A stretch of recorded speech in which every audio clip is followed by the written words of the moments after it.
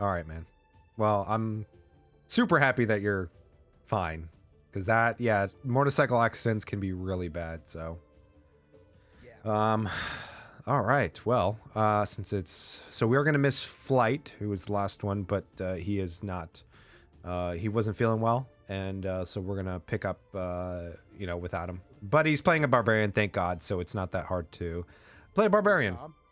Yeah, Tom, Flight. I call him Flight because that's what he is in the other Discord that we actually, that I know him from. We're in like a Destiny 2 Discord, and I've known him for a while now. So Is Tom the same flight that the flight that we know that we played with? yeah, the same guy. Yeah, the Witcher, Oh, okay. the Witcher spinoff. Yeah, that. Yeah, the same guy. It's all the same. I call him Flight. You guys know him as Tom. It's, you know, same.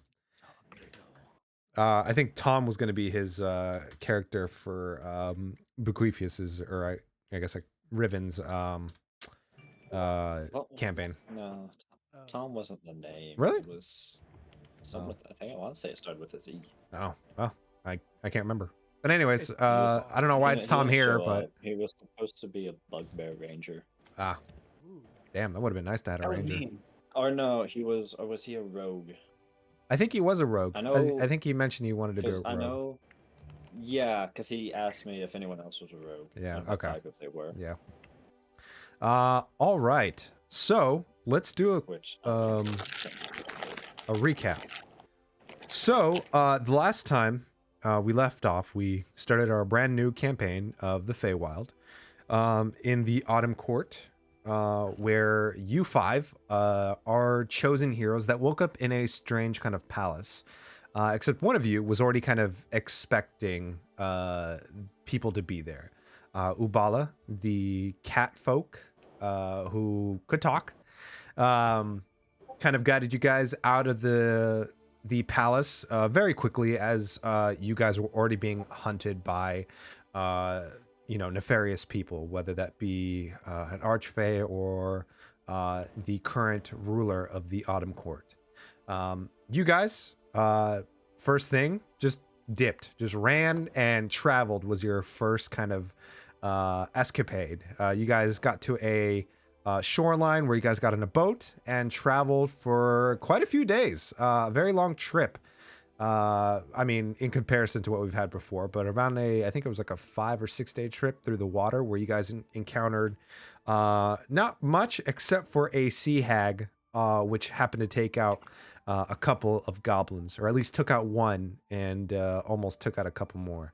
But you guys were able to kill the hag quickly, and one of you was able to procure some sort of vial of hag blood.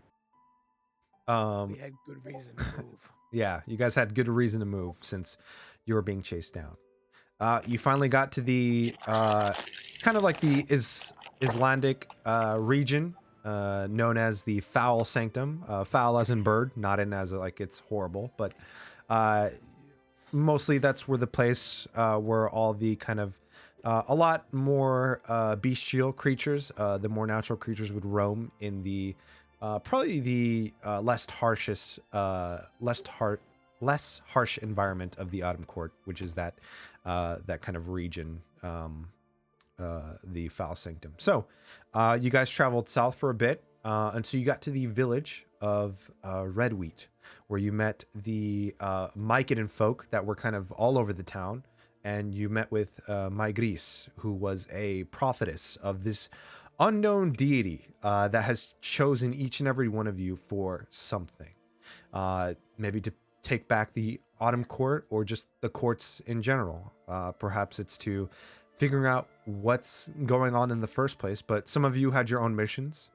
Some of you had your own goals before you were quickly swept away by this deity that had already kind of, either whether you wanted it or not, forced a pact, or not a pact, but, you know, a verbal contraction with you guys to essentially, you are now the chosen, whether you like it or not.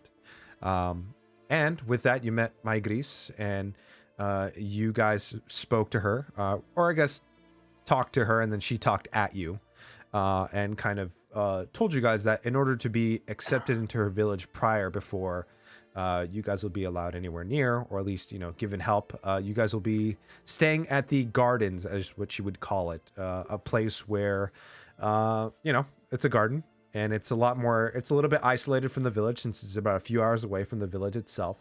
And you didn't really get much more information than that. And so, you guys were currently being led by 4 guards, these kind of mushroom folk with different kind of wood weaponry and this kind of bark skin type armor. And you guys would finally reach the gardens, which you do see is like within a few hours from the village. And as you kind of enter through these kind of forests, you do see like a variety of different colors of trees, tree bark, just hearing different kind of critters and things like that until you finally reached what you would imagine is the gardens. You can tell that there's almost like a ritualistic kind of looking site with these rocks kind of formed in a peculiar shape, and also the way the trees grow around in a certain type of not really like a pond, I would call it. Except for this pond, you do see like the trees are currently like growing from underneath the pond that kind of branch out past it.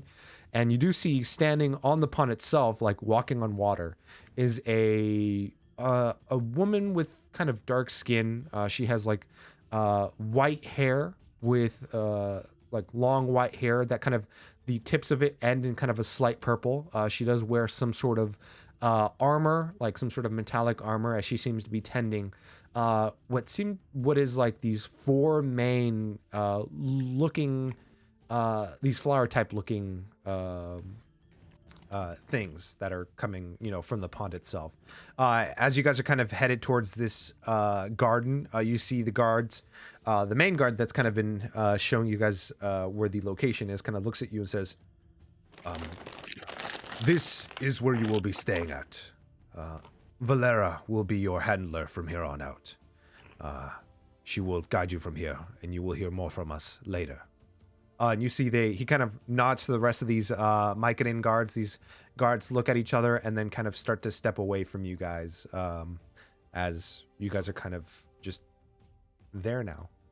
You can see the woman, this elven-looking woman with the kind of the gray stonish skin, looks back at you guys and just kind of keeps on tending to these flowers and kind of leaving you guys out here. I should have totally tricked the what's-her-face, the seer, to just let me stay by pretending to be a cat. That would be funny. I'm gonna taste a rock.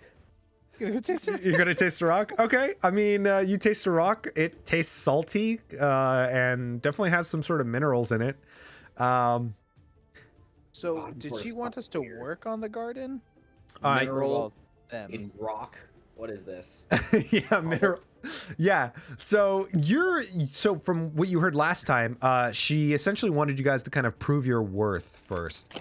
Obviously, you guys, with you being chosen, and with you, Bala, knowing the history of some of the chosen kind of turning their back on those at certain points, it is imperative, especially with these Myconid folk. You know that these Myconid folk are a little bit more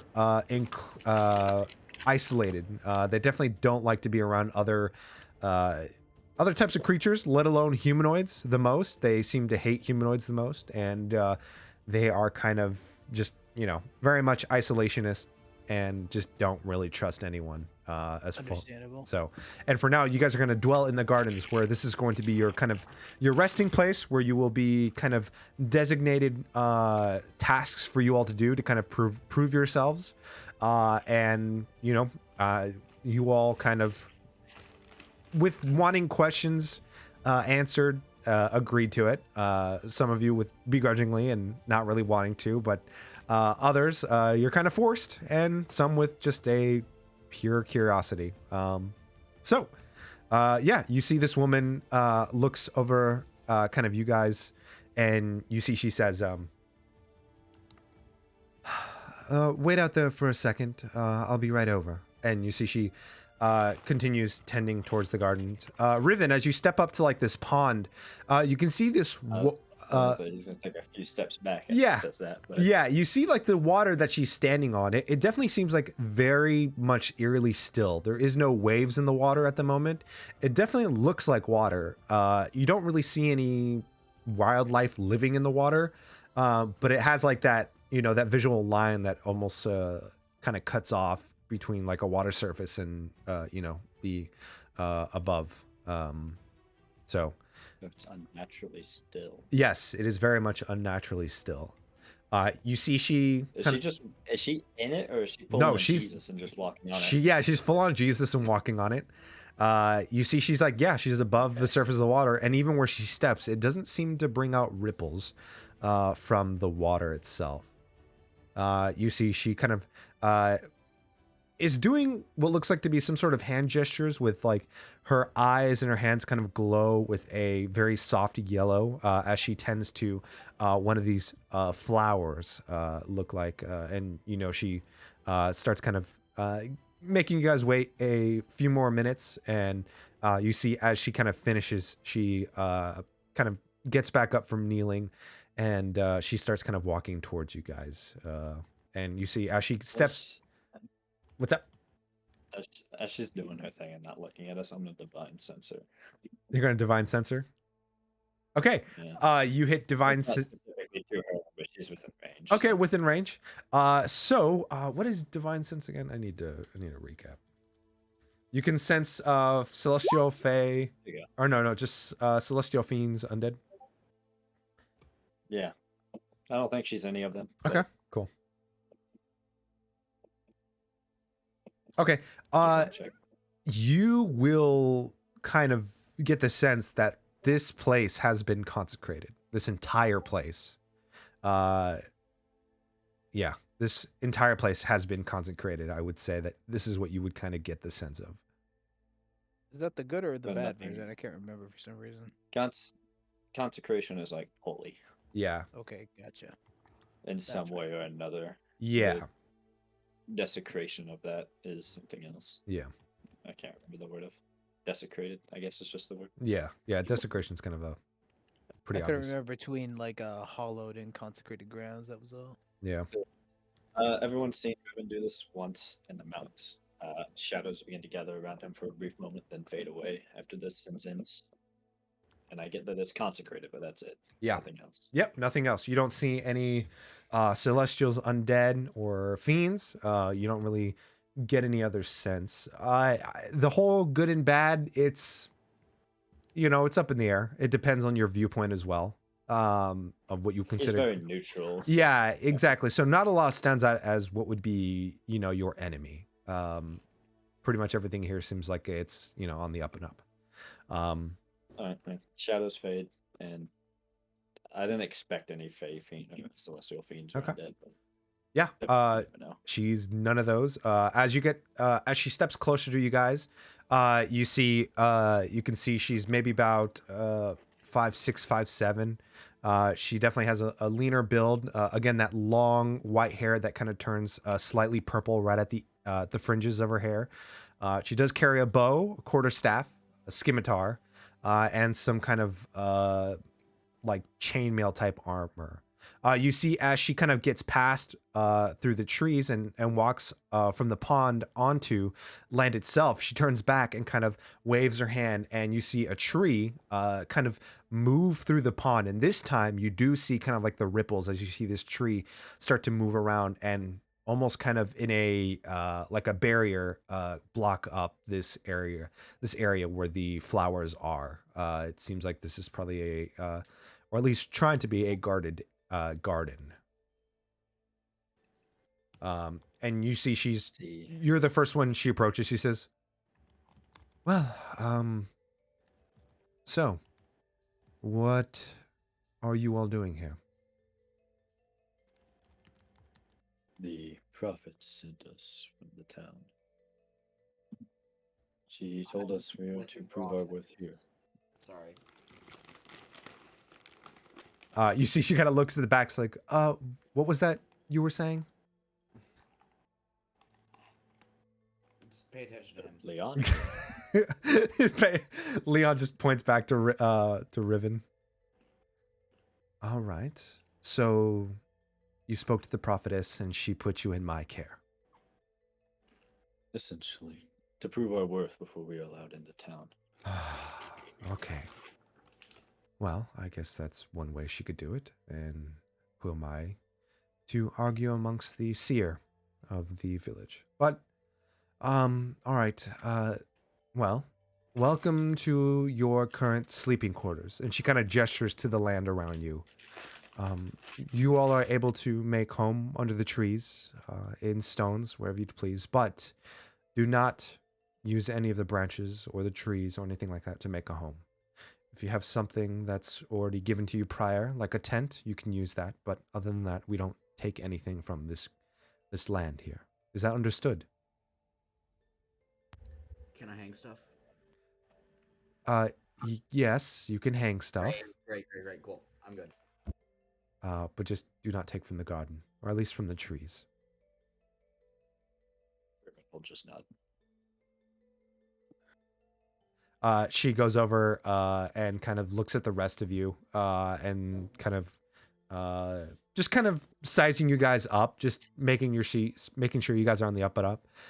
You see she kind of looks at you guys, notices your weapons and armor and things, and says, "You all seem to be heavily prepared for whatever might come your way.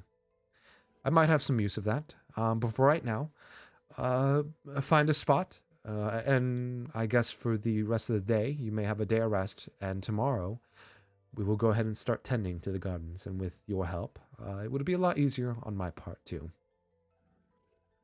I do wonder. Who am I getting to carry me? So far, it's been Leon. So. Son is always a willing perch. Perfect. There we go. Leon's carrying me. I'm pretending to be a cat, pretty much. Well, not really, but I look like a cat. Okay, so you're just not saying anything? Nope. I'm just kind of Okay. like letting them do whatever. Cool. All right. You hop on to Leon's shoulder. She looks at the rest of you, kind of like, go ahead. Like, you guys are welcome to do what you need to. Yeah, you guys may choose where you'd like to kind of make a home. But, obviously it could be anywhere. Riven. I don't Riven will kinda remember look how at old her. they are, but like how do I? I'm sorry, Eladrin. I don't remember how long they last in the Fae, but like, do I recognize this woman actually? Are you proficient in like history? No. To be fair, she looks more like a drow. Yeah, you would get like, I would say for you, like it's not like you definitely get the sense of drow, but her eyes do not seem to be that kind of a darker color. They seem to be more of a normal, kind of like that normal humanoid kind of white around, I'm not the proficient in history. Is she what I am? eyes. Make an insight check. Actually, I wouldn't say history. I'd say insight. Insight? Would you kind of recognize and does she look similar to me when I'm in like my winter form? No, she doesn't have like the ears that are protruding like yours. With Eladrin, your guys' ears are much more, like your guys' ears are longer essentially than those of a regular elf. She definitely has, regular elven ears. They're not Eladrin. She's not, a Fey folk. With an insight of an 11, you can definitely tell she's not a Shadar Kai. Her skin is not pale. Or at least close to kind of a white color. It's definitely a lot more of the darker gray. If anything, she's a lot closer to a drow. But yet she doesn't seem to be fully drow. Maybe half drow or something. Half elf or something? Yep, drow. Yeah, maybe. Could be half elf. Yeah, could be half elf and that half Yeah, that's half an of elf. something else. Yeah, the half that's, Cool. Either way, Riven will kind of look at her and look towards the garden and be like, "Why keep such a place so guarded?" Well, the Mykonan folk believe this place to be blessed in some way, shape, or form by an essence, the essence of autumn and the essence of the court. And I am one of its, well, I should say, now its only caretaker. But now that I have you all here, you can all be my assistants, and I will be your handler. So you say this is consecrated ground. Yes. I would have assumed as such, but I do not have the ability to distinguish from that. But it is consecrated, or at least I know it's been blessed by a deity of some sort, or perhaps the Force itself. or even the land has given it its blessing. It would not be surprising, not within the Fey realms. Yes, well, My some creatures choose their favorites.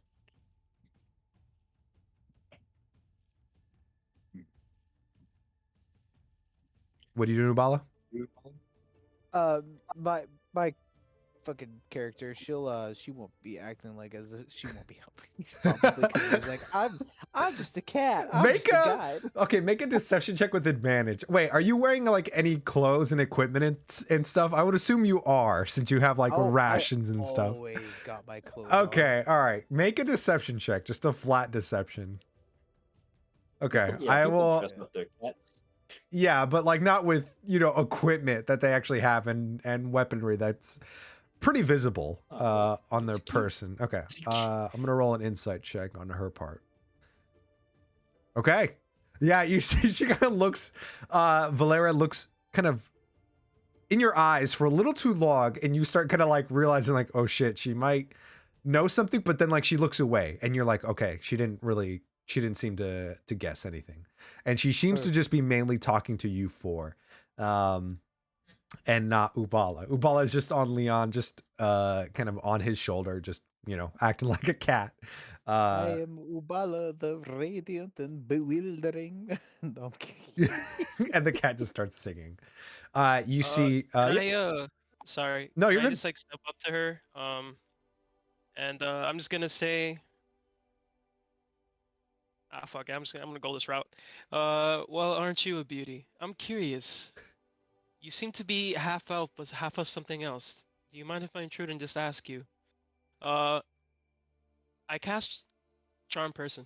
Okay, you cast our person. So, What a great way to yeah, end I this, know, right? so Let's go, dude. I love it. There's Cool. like 5 of us here. We'll gang up on her. All right, All right. cool. Charm Person. So, yeah, she'll make a wisdom saving throw. Because she is a half elf, she'll make it with advantage because of Fey ancestry.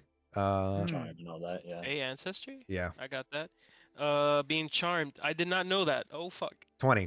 Shit, I Uh, have that too. you see, as you try to charm her, she kind of looks at you with a curious look, not of like one that's like entertained, but one's like, what are you trying to do? And you see she definitely gets her hand on like her scimitar, and her eyes start to glow that kind of pale, or that pale yellow color again. You do see actually behind her, some of the trees starts to leech, like to lean forward towards her, almost like in a moaning kind of creaking sound. I'd be very careful of your next choice of words, Aladrin. Wow. I mean, we're more curious now than before.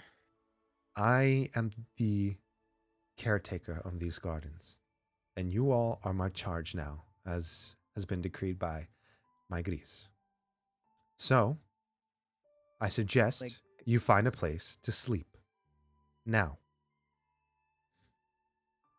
My grace, my grace. Little bossy, I like it. I look over to the group and I'm gonna start walking into the. Okay. Cool. Yeah. You guys can, you see, she kind of mentions, you can go anywhere except for the garden itself. Outside of the perimeters of the rocks is more preferable. Actually, it's required. Oh, he turns around. Yeah. He's gonna lean up against this route. Cool. So yeah. What's the area we can go into in here? No. She says you have Outside to, the rock outside the perimeter. rock perimeter. Oh, that's messed up, Jim. First thing I want to do is he's coming Nope. for flowers. Nope. I know. I'm Yeah, curious about no, that. yeah. I walked up. I got a good look at them. I'm like, No, yeah. You guys just see, and like the way like these trees are moved together, they are pretty much close enough together where it is going to be a tight squeeze, whether it's because like some of the limbs grow sideways or like diagonal or crisscross or some like wavy way, but they are able to make enough of a barrier where you will have to like either squeeze in or have to cut a limb down here and there or climb. But it is like, it's not like, they're not like very tall trees, in comparison. They're maybe about, I mean, I would say they're not as tall for like, like just a giant cape, but they're maybe like 20, 25 feet tall. And some of them get taller on certain areas, but like they do wrap around and grow in like certain ways where it does make like a barrier to entry. So. Oh no, yeah. That's why it's good to have me. Yeah. Yeah. Ubala's technically a small size, so she could probably fit in there. And I'm not suspected. Yeah, and you're just a cat. So god damn it. But yeah. So you guys start to kind of find your places where you'd like to sleep as was requested. You guys do not take or I mean you could cut down a limb, just to use a little bit of wood. If you want to do that. Didn't you say that wasn't allowed? Yeah, that was not allowed, but your characters, Oh, okay, your okay, characters gotcha. can do Okay. what they want, All right, trying to get us killed. Yeah. Yeah. I'm not. Yeah, I'm not Okay. fucking with it. I'm just gonna set up like a tent, and afterwards, I'm gonna sit down. He's gonna unsheath a blade that he had in the hilt. Yeah. He pulls it out. It's very clearly broken down the middle, Hmm. halfway through, and he's gonna start tending to it as if it was a normal blade. Okay. As for the rest of you guys can make camp or what would be your homes. You all kind of start realizing that it's still kind of the same day that you guys have journeyed, getting to the or at least like getting to the village. I believe it was like in the afternoon, or what you would perceive to be, and even coming here, you can already tell that the very quickly the sunset turns into nightfall. So you do kind of guess that maybe the time for sleep is close. You guys can still train and do stuff like that if you'd like to. But for right now, you do notice that Valera, she kind of goes on the top side of this, and she commands one of the branches to kind of bring its branch down and to lift her up almost like an elevator as she perches on top of this small little hillside, and kind of just watches over you guys.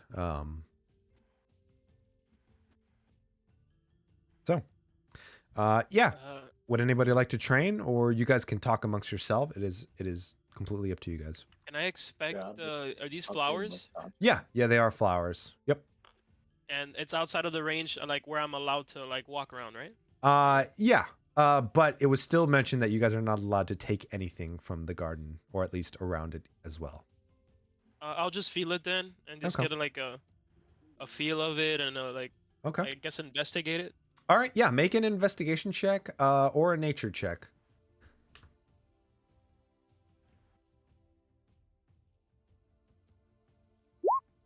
Natural one. Ah.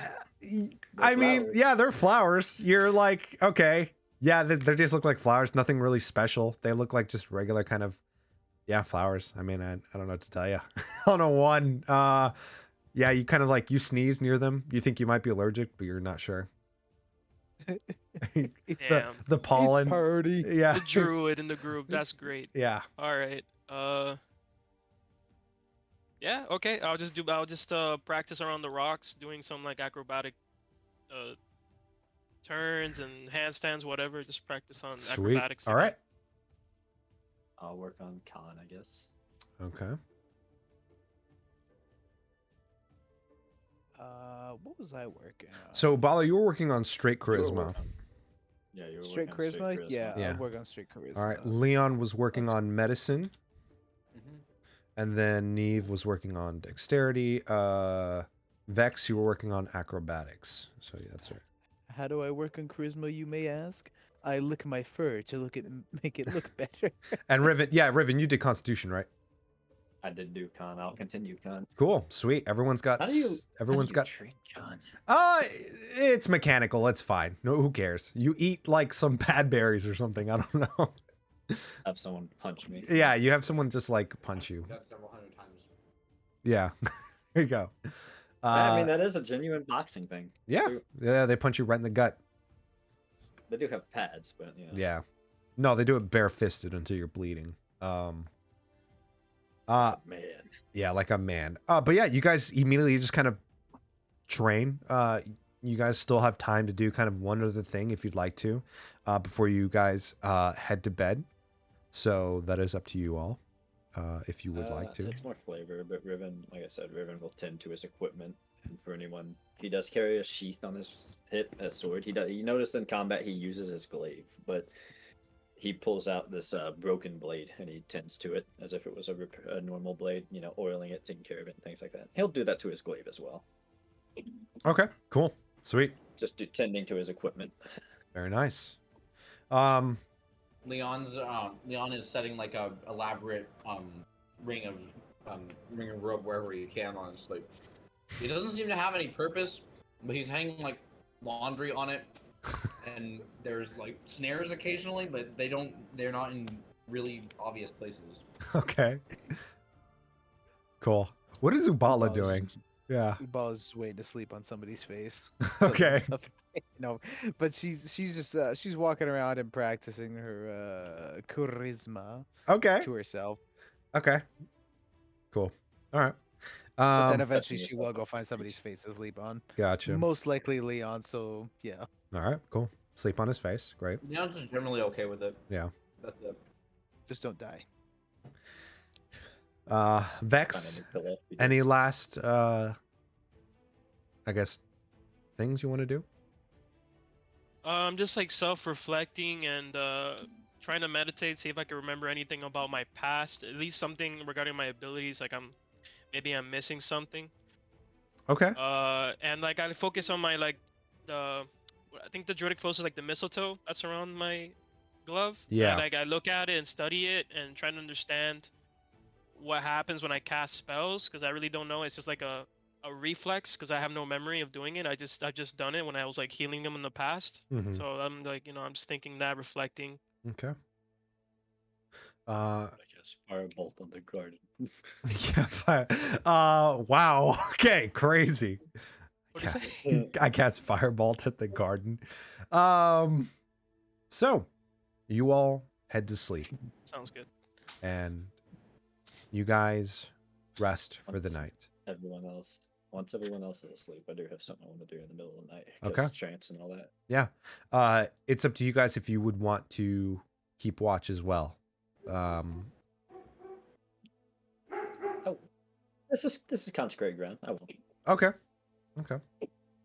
But I do have something else I want to do. All right. Cool. What would you like to do, Riven? As like it's kind of the middle of the night at this point. You know that Yeah. only one of you actually trances. Two, maybe. if she's Oh like yeah, that. two. That's right. Yeah. Leon's in Elijah, right? He's in a. Oh no, I he. wasn't thinking Leon. I was thinking the fucking- Leon is a half elf, but he comes from a Nodgen family. Gotcha. Okay. Sorry. I He's had that actually a confusion. quarter I was elf because thinking- his father was a half elf. Yeah. I Okay. was- Cool. All right. I Yeah. was thinking maybe the half elf that's the caretaker, but I Yeah. don't know if they trans. I think they do. I don't. No, actually, half elves need I think half their. elves- Yeah, they need their full Oh, sleep. they not? Losers. So only two of you need to trance, as Yeah. you can determine. I mean, right off the bat, she is Valera is some sort of half elven person, and yeah, it's like I knew she was somewhat. elven. yeah. She wasn't a Ladrin, because the ears and the kind of what's the kind of correct term? Her ears just aren't as long, and her eyes aren't as elveny as an Eladrin's, if that's the, for lack of thinking of a better term. So, or exaggerated. That's the word I'm looking for. Yeah, her elven features are not as exaggerated. So she is some sort of elf, but definitely some sort of half elf. Sure. But yeah, Riven, you kind of are up. What you would imagine is kind of the, couple hours into the night.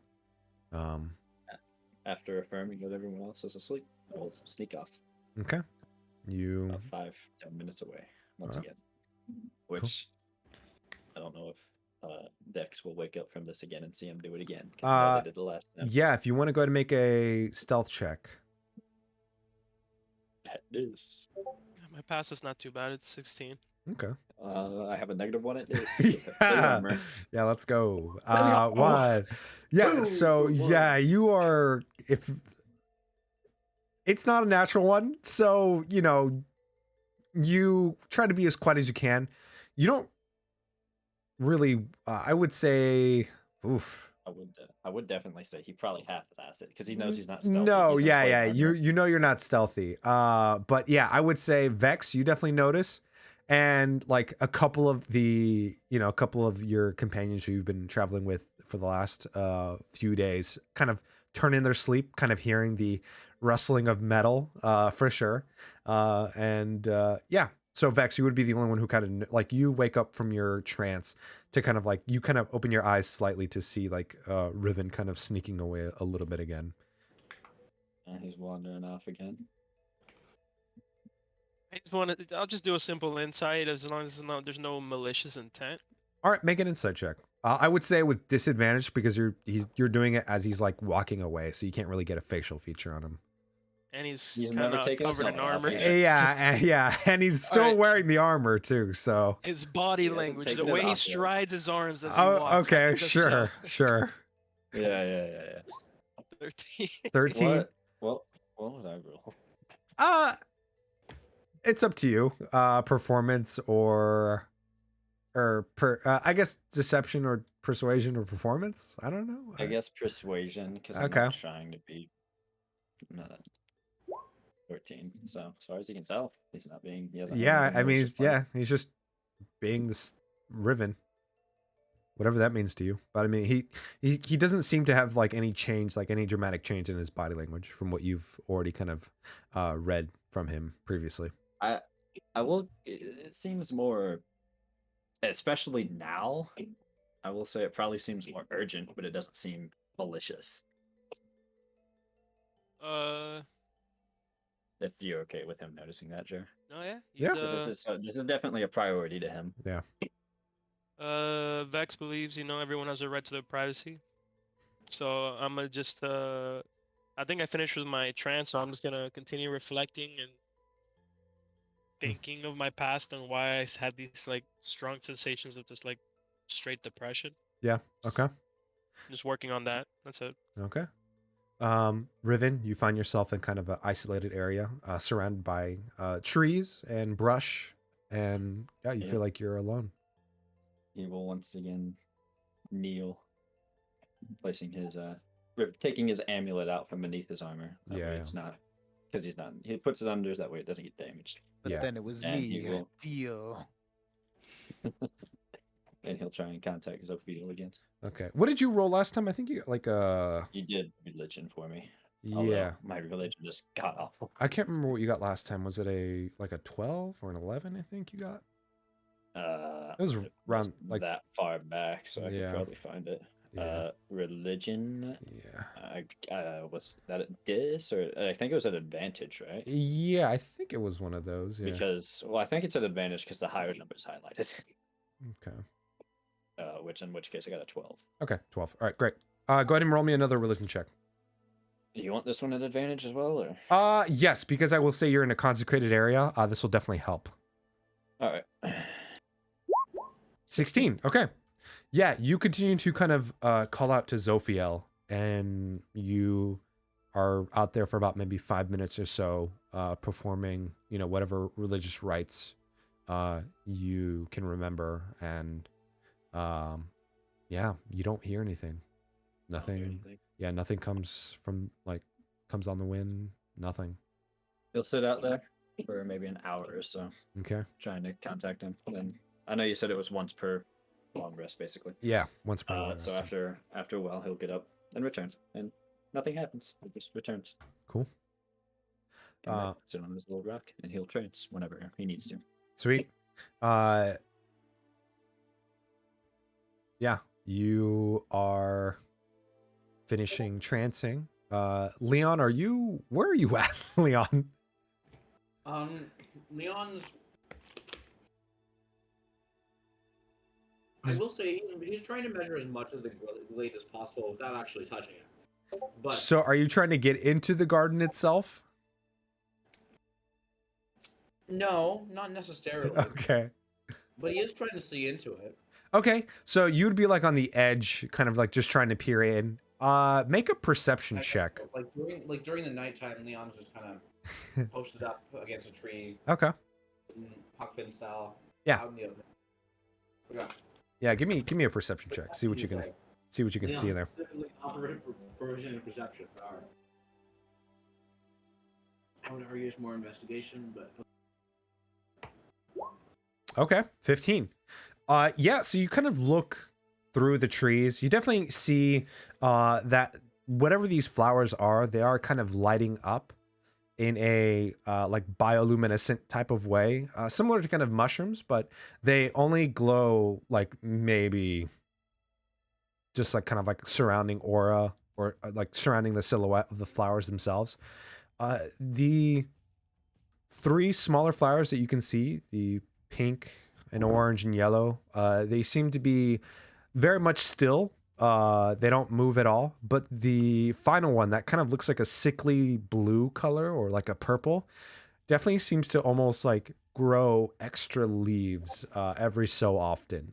And as it does, like very similar to like a continuous growth where some of the leaves drop off from it and die quickly, and then it's replaced by other leaves very quickly. But the other three do not seem to be doing the same. And it seems to be this one is growing a lot faster than the other ones. I technically wouldn't be picking anything if I just took one of the decomposing leaves. You'd have to get through the barrier of the trees, which it will be a check if you want to get through in order to kind of walk on the pond and, you know, grab one of the dead leaves if you'd like. Oh, I see. Yeah. No, I'll be good. I'll be good. Okay, cool. Yeah. I mean, you feel like like either you or perhaps Ubala could fit pretty well, but for you, you can either climb over the trees or you can try to find like a space through there. But yeah. And it's the water. Can you sleep in the water? Sniff at the water. Oh, sniff out the water? Yeah, I guess make another investigation check or just make an investigation check. Yeah. Awesome.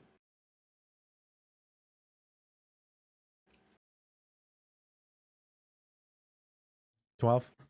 Oh no, I forgot to add the. Oh D4. yeah, the plus D4. 1. 13. Yeah, I mean it smells kind of doesn't really smell like anything. It lacks any major smell. If anything, you would be close enough to the land where you would smell more of the dirt that's on the floor than the water itself. It's a little hard to tell. And then even then, the trees also themselves give off a very like a very kind of like a sweet smelling of burnt wood smell. But not that they are burnt in themselves, but that's just the aroma they give off. But the water itself, you don't really catch anything from it. All right. Yeah, I'm good where I'm at then. Okay. I'll just post a picture rock and be good there. Okay. Sweet. For those who are trancing, you guys, yeah, kind of realize, the night quickly turns into the sunrise, which then quickly turns into a sunset and kind of stays stagnant there, as those who needed their trance are awake and refreshed. But for the rest of your companions, they continue to need sleep. You also notice, those of you who are tranced, so Vex and Riven, you guys are up and awake. You kind of notice that you guys are awake, and let me see what your guys' passive perception is. 12. 12? 16. So, Riven, or not Riven, sorry, Vex, you would notice that as like you're getting up and kind of preparing your equipment and stuff, or at least cleaning up your bag, or if not, you're just kind of up and just awake, just looking around as the sunset has come. And Ration check. yes, ration check. Thank you. Gotta keep on that. Thank you. You're the only one who's remembered, to be honest. I have ran survival campaigns before. Yeah, thank you. No, I appreciate that. I'm gonna have the berries. Or wait, no. Okay, you're gonna have the berry rations that you picked up. I think I threw them away. No, I still have them in my sheet. So. Oh, okay. I mean, if you still have them in your sheet, then you still have them. So yeah, you can eat them if you want. I'm pretty sure the priestess said that we could get addicted. I think she said they're addicting a little. You know what? I'm just gonna take the berries. I don't care. Okay, cool. You I have eat. a ration of the berries. Okay, cool. I feel like that's how you get addicted to heroin. Yeah. Just a little bit. You know what? I mean, I Let me only just have like 2 rations left. let me just get a ration. Oh, cool. Yeah. All right, you eat the berries. Go ahead and give me a wisdom saving throw. They taste good. I mean, wisdom saving throw. Natural 20, 20. come on. Yeah, you're full. I mean, you're fine. You don't need another ration. You're good. Amazing. They were great berries. So, but yeah, as like you're chomping down on some berries in the morning, Vex, you kind of notice looking up and staring down at kind of both of you, or at least not staring, but just kind of like setting up herself, is Valera, who is seemingly up and awake.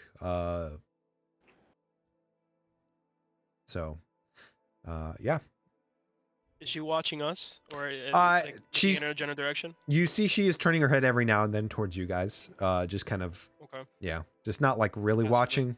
Yeah, just passively.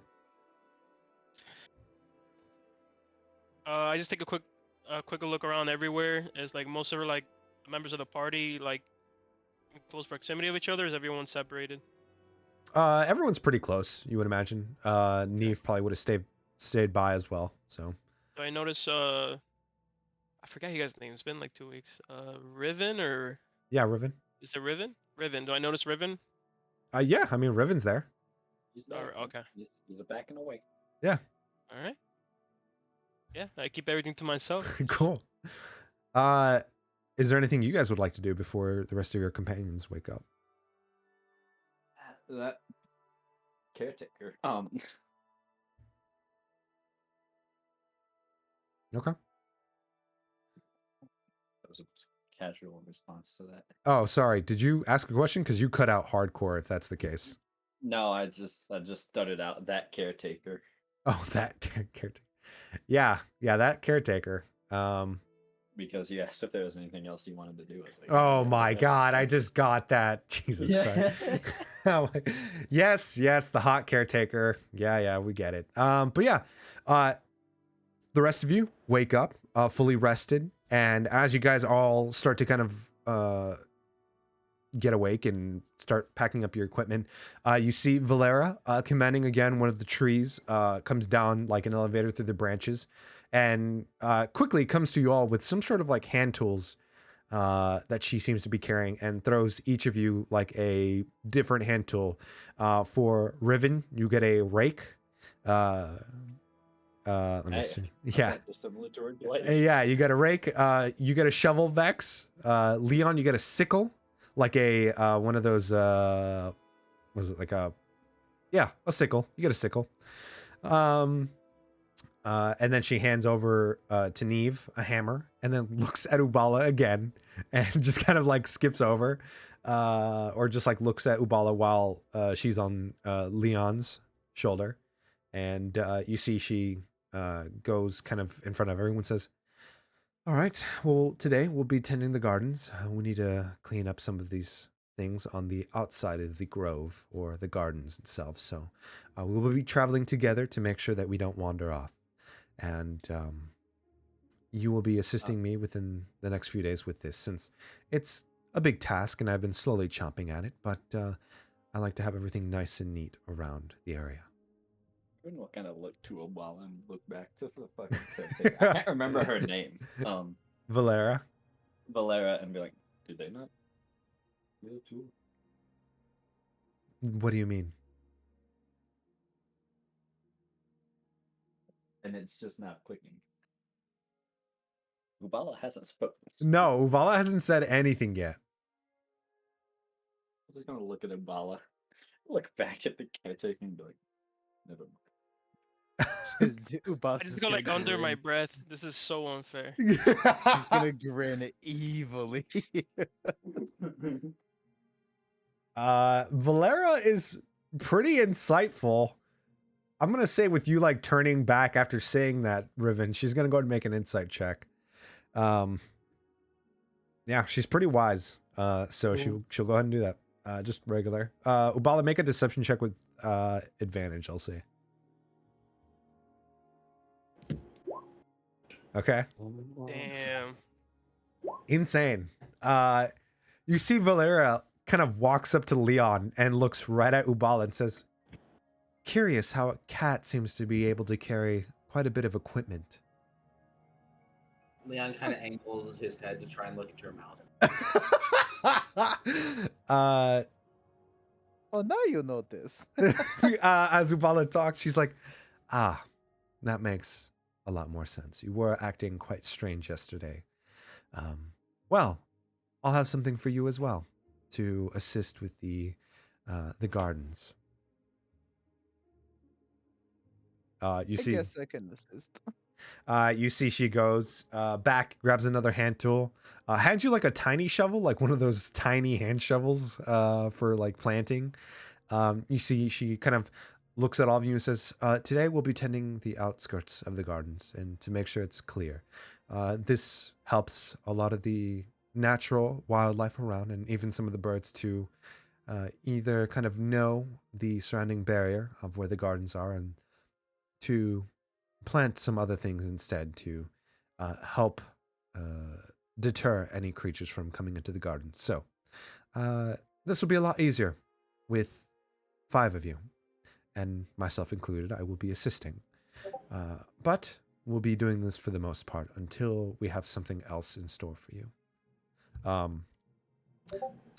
Bella just drops the little shell. She can't hold it because she has no opposable thumbs. Yeah.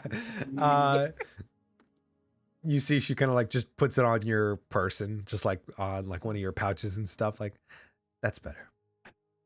But yeah, you guys, essentially what we're going to be doing is we're going to fast forward with a few days.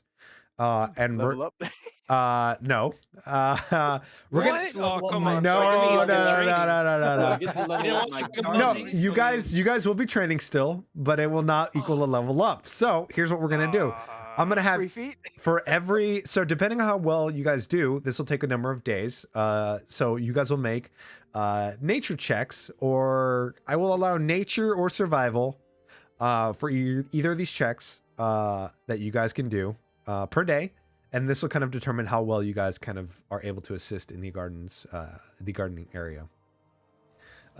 Cool. So for the first day, you guys wake up bright early in the morning as Valera comes and hands you guys all these tools and leads you guys to the outskirts of the garden, which isn't far. It's maybe about 5-10 minute walk from the gardens themselves. You guys hop over some hills and some like lower ledges and stuff to get over to the outskirts.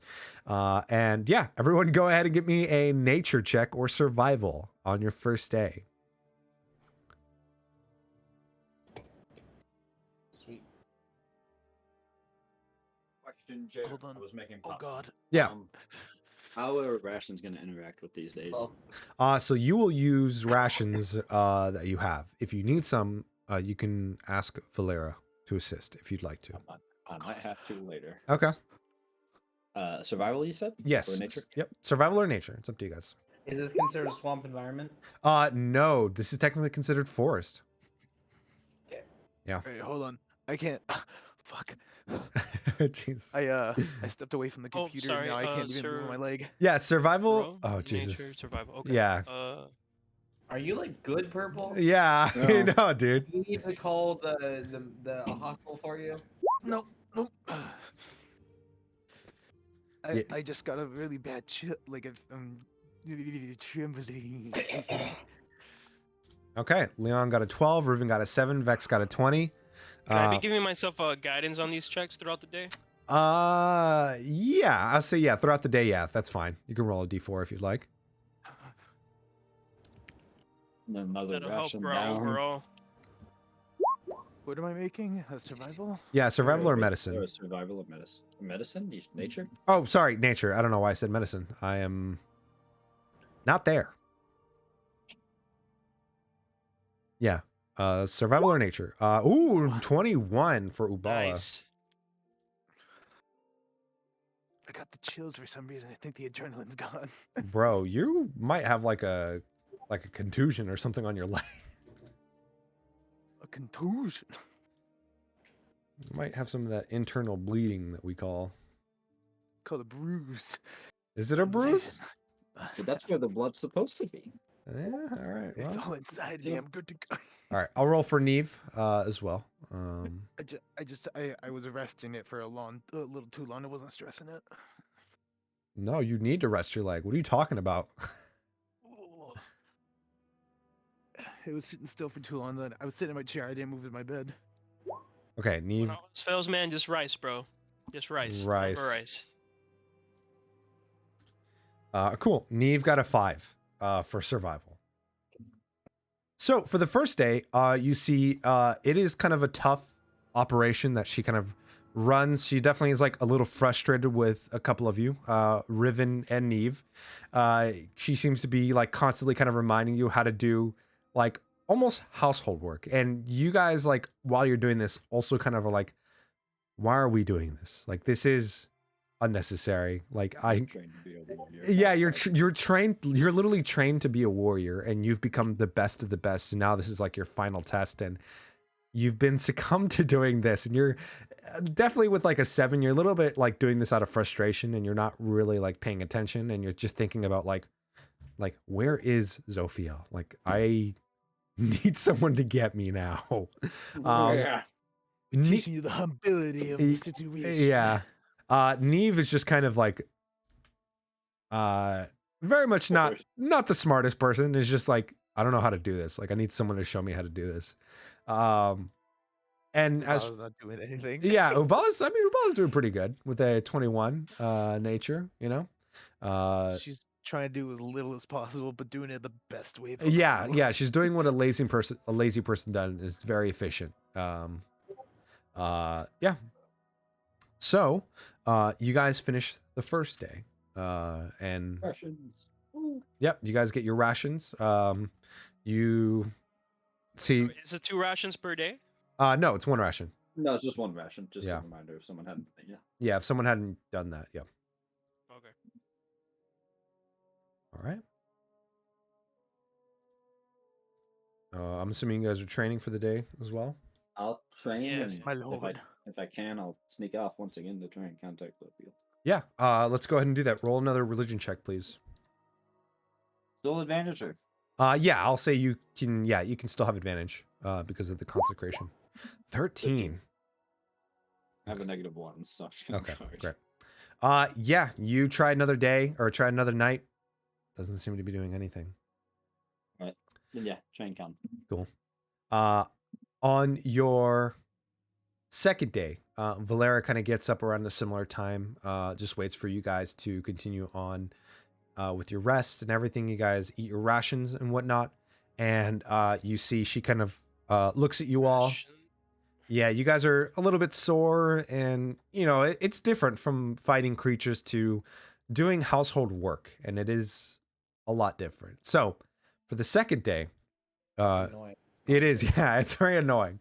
But for Leon, I mean, you'd find a whole bunch of insects, things that you would never see before.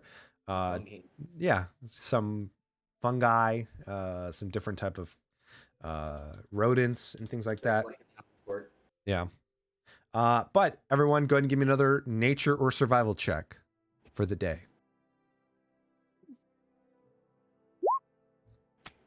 Dirty 20. Ooh, very nice. Dirty 20.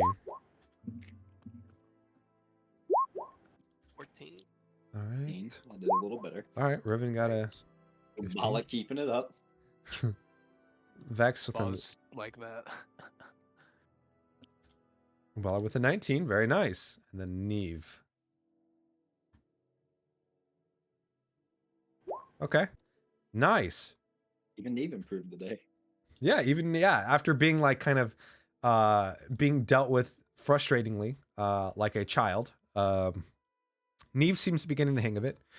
About halfway through the day, as you guys are kind of like shearing plants, uprooting tree stumps, things like that, like kind of major things that are being done to kind of keep clean through the outside section of the garden.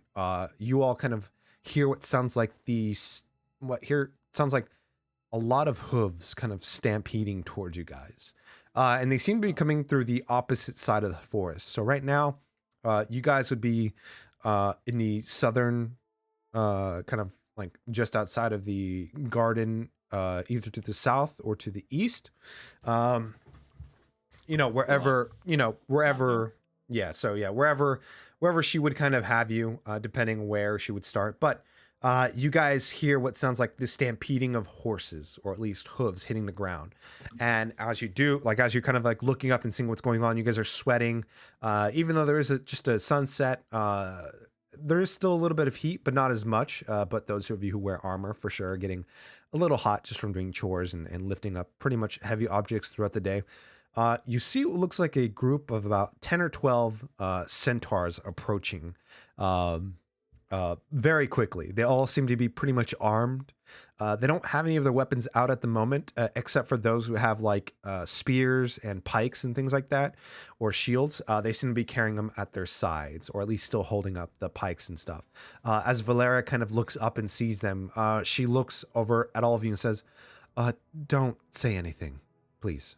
And she kind of gets up from kind of wipes some dirt off of her and her armor, and you see she just quickly just grabs for her scimitar and also her quarterstaff she carries, and she says, hello there, what can I do for you?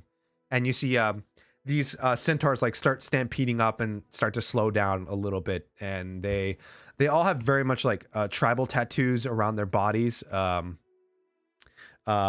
this is visual more so. So, unfortunately. You see as the centaurs kind of come up to you guys, she looks at them, and the one that's kind of like in front, who seems to have like the most ornamental type looking armor, definitely a lot more like intricate in carving and a lot shinier in general, looks at her and says, we need to speak to my Greece. Where can we find her? And you see Valera kind of points back towards the northern part of the gardens and says, if you go around the gardens, please, that would be most generous of your kind. But my Greece is in the village at the moment. She should be in the longhouse. I'm just the caretaker here at the moment. So if you mean any harm, now would be the time to state it. And you see the Minotaur kind of like snorts after kind of hearing that and says, this has nothing to do with you, two legs. And can I insight that? yeah, go ahead and make an insight check. You kind of look at this commander dude who has like definitely some sort of like plate armor. He has like a helmet, but you can see like it's almost like a T-face open hole helmet where it just covers like the cheeks and some of the chin and most of the forehead, and it's just kind of that T shape. You kind of look at these group of centaurs. They are pretty much like, you get the sense that they have been already in some sort of combat. I will say with an 11, you do see like their armor definitely seems to be dirty, if not like dinged up. There are some weapons that have not blood on them, but some sort of like liquid that's kind of a darker type of liquid, not pitch black where you can see a difference, but it definitely blends pretty well with their weaponry. Interesting. You can see that. The only one who seems to be pretty clean is the one in charge at the moment, with his kind of like still nice ornamental armor, but he doesn't seem to be carrying any weapons, or at least any that are out. You do see he has some on his side, 2 swords that are on his side of the horse. He kind of looks at you guys in the group, and you see she says, well, go on then. Leave us be. And you see he kind of snorts, and they kind of stampede off towards the direction of the village. And she kind of looks at you guys and says, oh, well, this can't be good. Ubala will ask. Well, so centaurs, similar to the Mycadon people, they usually tend to stay to themselves, isolationists, if you will. They don't appreciate humans or humanoids of any kind, even Eladrin. So they So they're okay with me? I wouldn't know. I'm not really sure how they react to animals, but they consider themselves superior, obviously. But we should probably head back and make sure to at least stay outside of the village in case they need us. I was going to say, 2 xenophobic people meeting may not have been a wise decision. But they did look like Much of a choice. They did look like they were just in combat, though. So I'd be curious to see if No. Oops. Maybe. Yeah. Let's pack up all our things and then we'll head towards the village. We will still stay outside of the village, but I just want to listen to what they have to say. So, whether They'll they'll... be able to make it. The centaurs. Yes, they're quite fast, but at least, if not, I'll get some information from my Greece. I'm sorry, they're minotaurs or centaurs? Centaurs.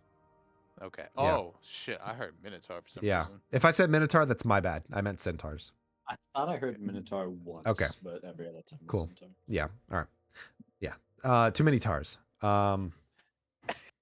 Too many tartars. But yeah, you see she starts to kind of pack up her stuff and kind of gestures for you all to pack up your stuff. And you guys follow as she heads back into the gardens, places all of the equipment and tools back where she, originally got them from, and like not a shed, but it's almost like a open tree bark or like a tree trunk. Like that's one of those tree trunks that are like naturally formed to be open. She seems to kind of shove them back in there. Oh, okay, I got. Yeah, like a natural shed, one would say. And you see she starts kind of guiding you guys back towards the village where I'm assuming you guys follow. When we'll use this blade as a walking Maybe. stick in case a fight happens. Cool. Yeah. I mean, you guys could grab your weapons and stuff while you have them on you. Yeah.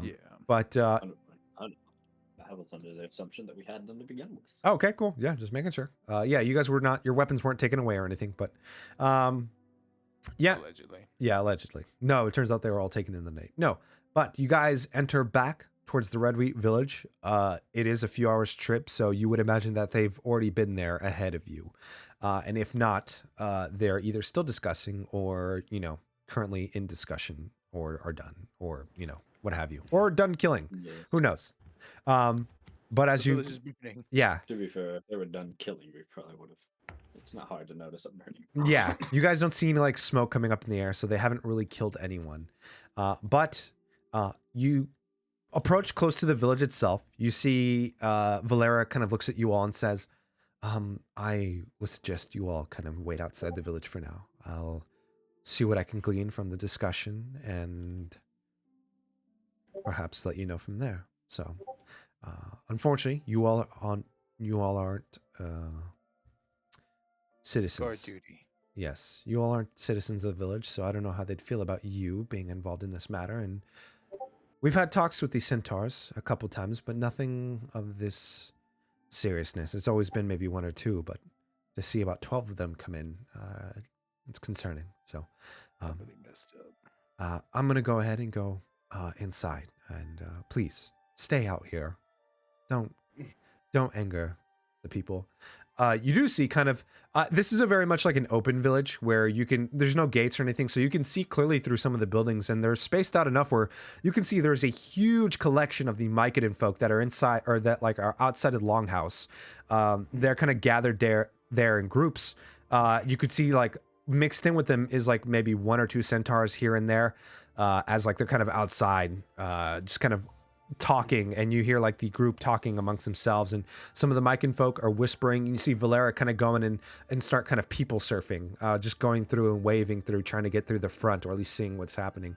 And you can hear yelling that's coming from inside the building, but it's not really, you can't really hear what's being said. It's kind of muffled through, especially with the people outside kind of arguing amongst themselves.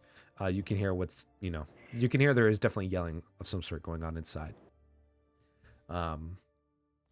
So Riven is going to position himself to where he can overlook the crowd, but he's not going to enter the village. okay, yeah, you overlook the crowd. You can see the people definitely outnumber the centaurs for now, but the centaurs definitely seem to be heavily armored, whereas some of a lot of these folk aren't, and they're just kind of just common Mycadon plant people. There are guards there, but they are like in no way showing any kind of aggression towards the centaurs. And after what you guys would consider, like, you guys kind of start waiting there, 5 minutes, 10 minutes, 15 minutes. And it seems you kind of like are just kind of waiting out there for a little bit And after about maybe the 30-minute mark, you see like one of the main centaur that you had seen kind of burst through what is, the main gates, and he starts kind of yelling back towards the what do you call it? The Jarl Longhouse. You see he yells back kind of almost as like a final, like as having the final word. He says, you people who tried to stay neutral for so long and tried to not to be involved in the goings on of others. But I can tell you this. The disease will not be held back for that long. Your kind will be infected like the other villages will. And then what will happen? What will happen when you're burning your own families, your own civilians? Then you'll come for us to help. But if you continue to refuse, then so be it. We have no business with you anymore. And you see the centaur just kind of drives off, kind of neighs in the air, kind of calling the rest of the centaurs as they start heading out and kind of charging back towards you guys, noticing you guys kind of on the outside of the village. But they just kind of completely ignore you. And the 12 centaurs that are there just kind of just charge out with such anger. You can definitely see it on their faces and the weaponry and like the way they're just riding. Definitely seems like whatever conversation was had did not end well. So you guys kind of wait there for maybe another 10, 15 minutes before you see Valera kind of walking back to you guys. Oh, all right. Well, that was interesting. Let's head back to the gardens, shall we? Infected. They're talking about the Fey disease. Bio. How do you know about that? It's been mentioned in passing. Huh. Not by you, by others. Yes, I'm quite curious to know of the history you would know about this. Let's go back to the gardens. I believe the prophet mentioned it, yeah?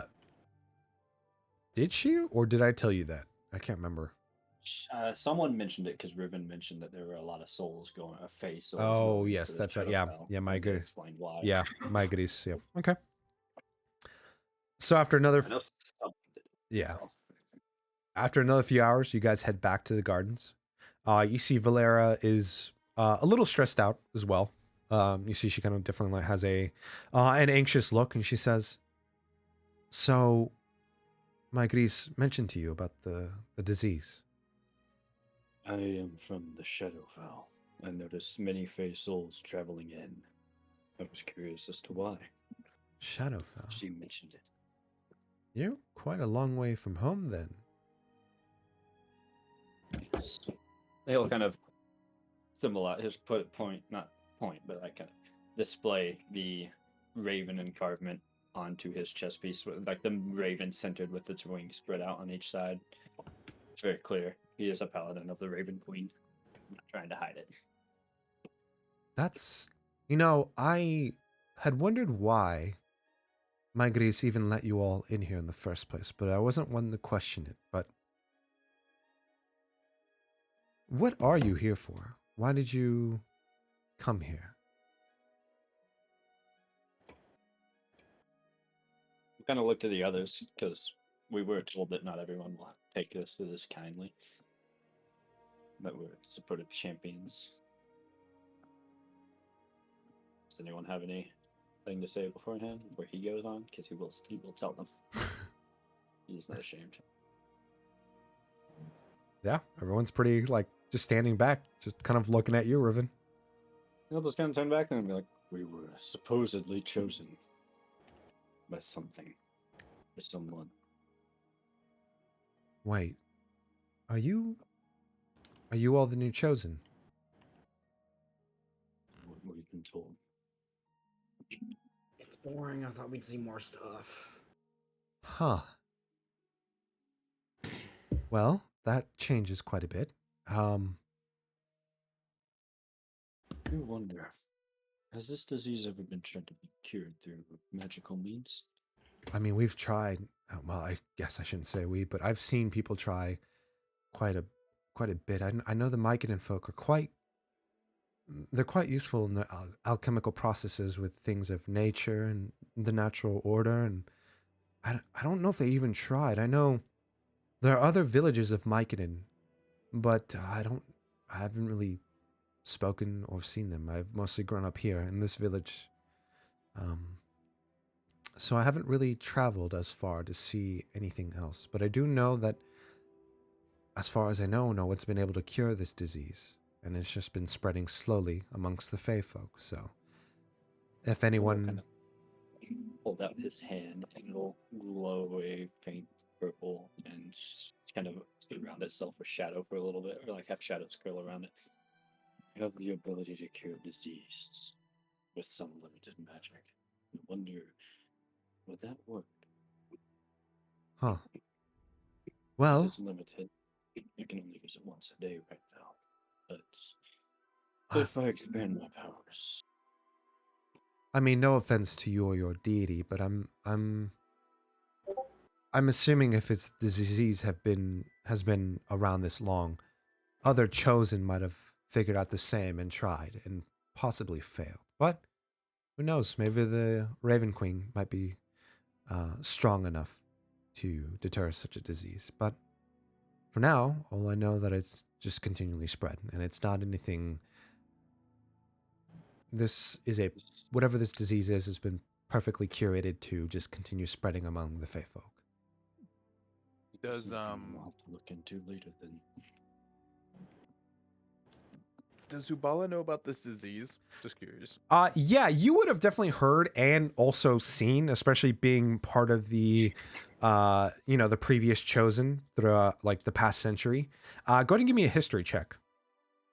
I will say as well, right? Riven talked to the prophetess in front of everyone. Yeah. So I'm sure everyone at least heard about this disease. Yeah. I'm And so sorry. Can you roll for me? yeah, you're for sure. You're good, man. You're good. So history for Ubala. It might be a +0. 9. I mean, you've heard of this disease. You definitely have seen a couple times, like at hand. I mean, so just right out of the bat, it's a disease that only goes after those who are considered like the original Fey folk. So fairies, heron rung, gurung, any type of creature that's been naturally given life here in the Feywild. Just the native or the yes. Fey. So yeah, the the actual native Fey. So the ones who kind of so that actually means that those who are Eladrin are actually not susceptible to disease because they're not originally Fey beings. I don't think any of us are we? No. I thought Fey were like just elves that stayed in the Fey. No. Fey folk are like pixies, fairies, hobgoblins, like natural creatures, natural races that are from the Feywild. I think there's only one race in D&D that would classify, and that's satyr. Satyrs, pixies, pixies as well. I forget their pixies, fairies. There's so I think Eladrin are one of the few races that aren't like quote unquote original from the Fae. So they've been here long enough for generations. So, but this was specifically targeted for like, I guess it's like comparison of American to Native American. Yes, exactly. Yeah. Yeah. So we've been obviously here in America. We've been here long enough to be considered, American. We lived here generations and stuff. But the original, populace was Native Americans. So same thing. So only the native folk here are getting targeted by this, this disease that has been kind of made throughout history. Oh no. Yeah. The leprechauns. Yeah, leprechauns. Yeah. Smallpox is back at it again. But you've seen, I mean, even with the night history, honest to be even fair, I probably shouldn't even made you roll. That's just out of bad habit. But You would have seen this disease. It can do either one of two things. It's pretty simple. It can either kill you or it can turn you into a horrible monster. And you've seen more of the beforehand. So it usually just kills the host, or just kills the infected. Very rarely will it find someone strong enough to make it into a creature. But every now and then it can. So I would say like Oh. 1 out of 10 of those who are, I actually know, like 1 out of 100 who are infected would probably be turned into a creature from this Okay. disease. Yeah. I'll It's, relay that information. we- I don't know if the lady said that, but I'll relay that. okay. Do we know how powerful the creatures become, or is it just based off of? the Uh, return? So for that, I will say for the 9 history, you're not sure how powerful they become. You just know they become like creatures, like just monsters, essentially. Yeah, Ubala shrugs. something to look into. I'm certain. Well, if you all are indeed chosen, I might have some new assignments for you all. Good. Maybe. What is it? I'm sorry. Who are we talking to? Actually, I'm very Valera. sorry. The gardener. The carrot, yeah, the gardener. Oh, she knows now. Okay. Yeah, yeah. Now- You definitely you seem to think that she's perhaps involved with the village, even though she stays kind of outside of it. You're not sure the reason why, but you just know that she does.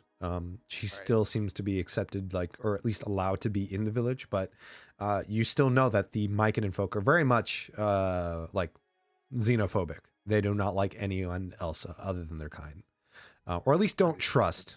So, but she's still allowed to tend to the gardens and given certain privileges. So, perhaps it's for She's got- one reason or she's got- another. She's got their trust somehow. Yeah, she's got their trust somehow. Yeah, you see, Valera goes on and says, "Well,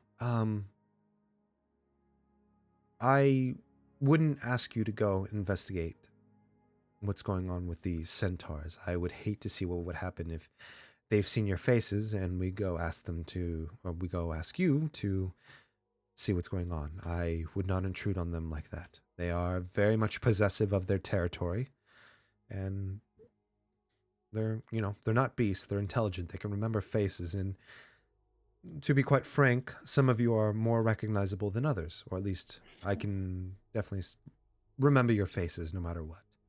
Haven't seen my face. Yes, but I've seen your armor, and you're the one I was speaking about. The most the most extravagant armor I've probably seen in quite some time. It is adamantine. It Yes, is worth like yeah, 2,000 gold. yes, it's definitely quite expensive. None of that's in character. But well, I've been having some small tradings with some goblins nearby. But they've been having some issues. There's a small clan of lizard folk that have been harassing them for quite some time and essentially just being bullies of sorts, if I, for lack of anything better. But they don't seem to be killing them. They just seem to be harassing these goblin folk. And first off, I do not like having lizard folk here in the Foul Sanctum. I will just go on and say that. They have been a scourge on the Autumn Court for some time. And I would like you to go and assist that village if you can. Well, when I say village, I say more so a small goblin tribe. So, if you all are sick of the gardening duty, then perhaps you can go and do that. I personally like these goblins. They've been very kind to me in trading some other fruits and vegetables, and just they're kind folk. I know goblins get a bad rap in some of the other courts, but these goblins are quite nice and friendly. So they may be a bit high strung, but they're still kind folk, and they deserve to live here as much as you and I do.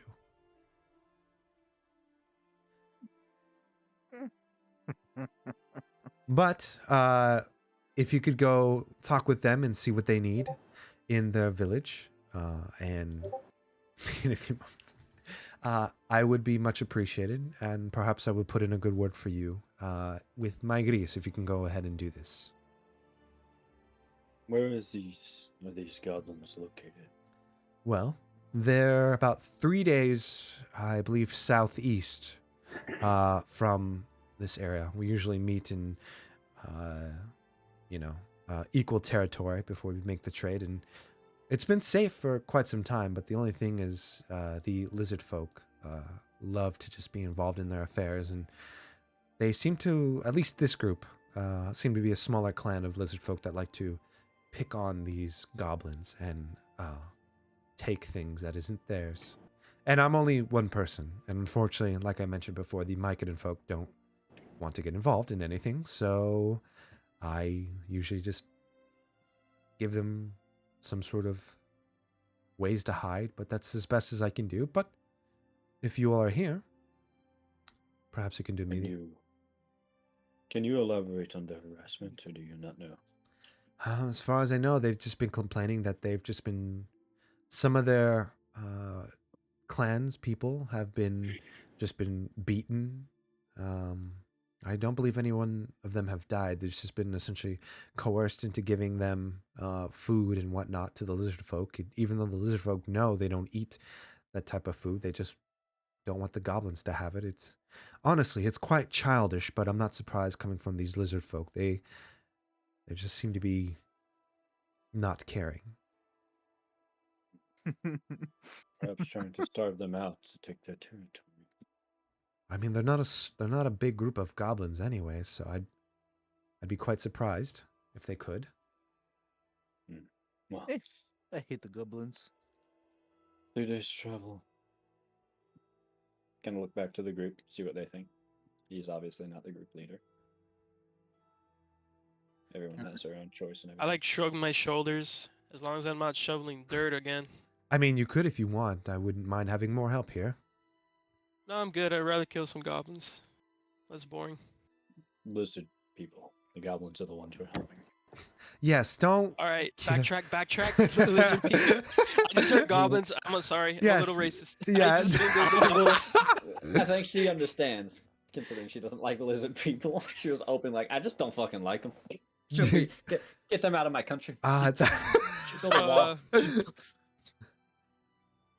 I'm just gonna ask her, by any chance, since I don't think we have enough rations for the journey there and back, can you give us like a list of, since we're all strangers to this court, like a quick list of like foods to look out for that are safe to eat?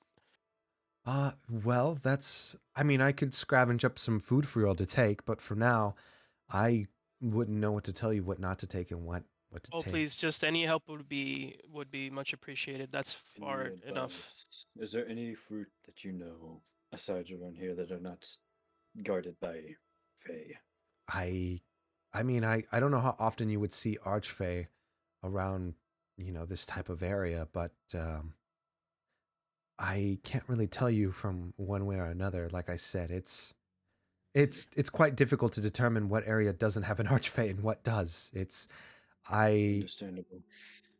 To be quite frank, I haven't really traveled out of this era, to be fair. The Fall Sanctum is quite safe for a lot of folk, including myself, and even some of the other denizens that are around. If you could spare rations, then that would suffice. Of course. I'll go ahead and try to scrounge up some rations. And she goes around, and she will actually hand each of you 5 rations. Nice. go! Jesus. So what, we're at 6 now? Well, I'm at 6. yeah. People might be different because they ate berries. Yeah, +5. Where's my rations? I got 9 now. Ah, damn. Yeah, a lot of berries. Got really lucky with them wisdom saves. I didn't take any. I wasn't fucking around with an archfey. I wasn't about to try. Cool. Yeah. The one benefit of me knowing something about the Feywild is I know not to fuck with archfey. Yeah. Just to be on the safe side, since I got these rations, I'm gonna waste the 2 rations I have left of the berries just to be safe, because I do know that there's some addictive properties to them. Okay. Yeah. I mean, you kind of toss the berries away since you got those rations, so absolutely fine. Sorry, Jay. Fine. Doesn't hurt my feelings at all. You know, I'm not crying on the inside. I totally did a purpose session for that. Yep. Totally feel like it's gonna give me the disease. I turn into that monster. Nah, you're fine. It actually gives you gonorrhea. Yeah, gonorrhea. Yeah, that's what it is. But yeah. So you guys start to head off on your journey as Valera kind of preps some things for you all and says, I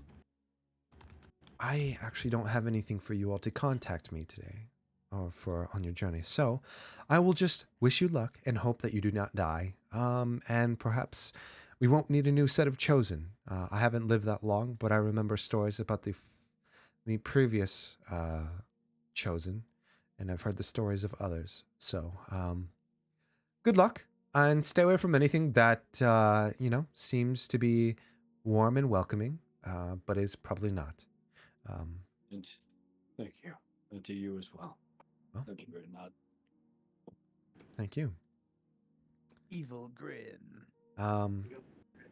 Well, if you have any more questions for me, I'd be happy to answer them to the best of my ability. But if not, I will leave you to it. Sure, we can get most of our questions about the situation answered by the goblins. Assuming they don't try to kill us. Yes, assuming so. So you guys start to head out on what seems to be like your first assignment. To head over to this goblin village that is being harassed by lizard folk. You guys head out on the journey. Well, I will mention, you guys would know that kind of walking back and forth from the village and spending some time there, it might be like an hour or two before night falls. So it's up to you all if you want to go on into the night towards your objective, or if you would like to I would say just stay here for the night and head in the morning. You see Valera kind of mention, she says, honestly, I honestly should probably I'm going to see if I can get you all at least some sort of marker of where you need to go, because I cannot leave the gardens here by themselves, unattended. Unfortunately, that is my duty, and I've kind of sworn myself to it. But perhaps I can give you someone to guide you to the Goblin Village, if that's what you would like. If it isn't too far, I feel like. No, I will go to the village and see if I can get someone who is willing to assist. Although they are isolationists, they seem to be doing quite well on keeping track of those who surround them, at least. So it's not out of the ordinary that they would know where these villages are in order to keep track of them. Whether that is selfish on their own part is to be argued, but either way, I will go ahead and head to the village and probably come back tomorrow morning with perhaps someone who could assist if they so wish. But if not, I will perhaps get you something as close as I can to a map, if that makes sense. I'll just give her a nod. Sit back down. Cool. Thank you, Valera. Of course. You see she starts to go and head off towards the village. You guys are kind of by yourselves at this point. She heads off, and yeah,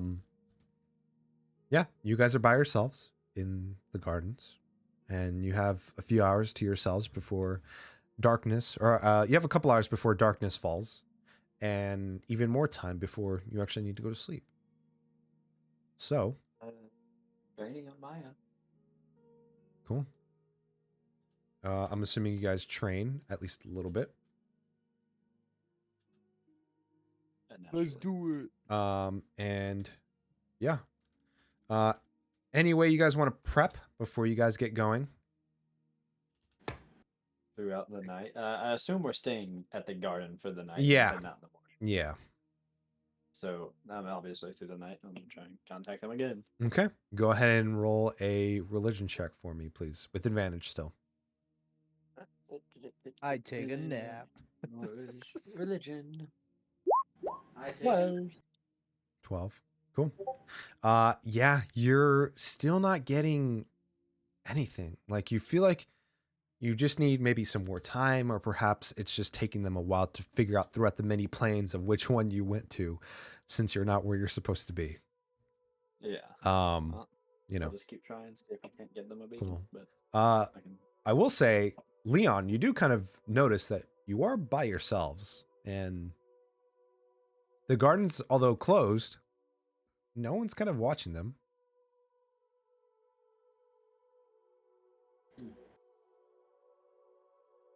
They're turned into the little red devil on me. I mean, Leon would be like very curious, would still think about the dying and regrowing leaves of that sickly purple bluish flower. Okay. Okay.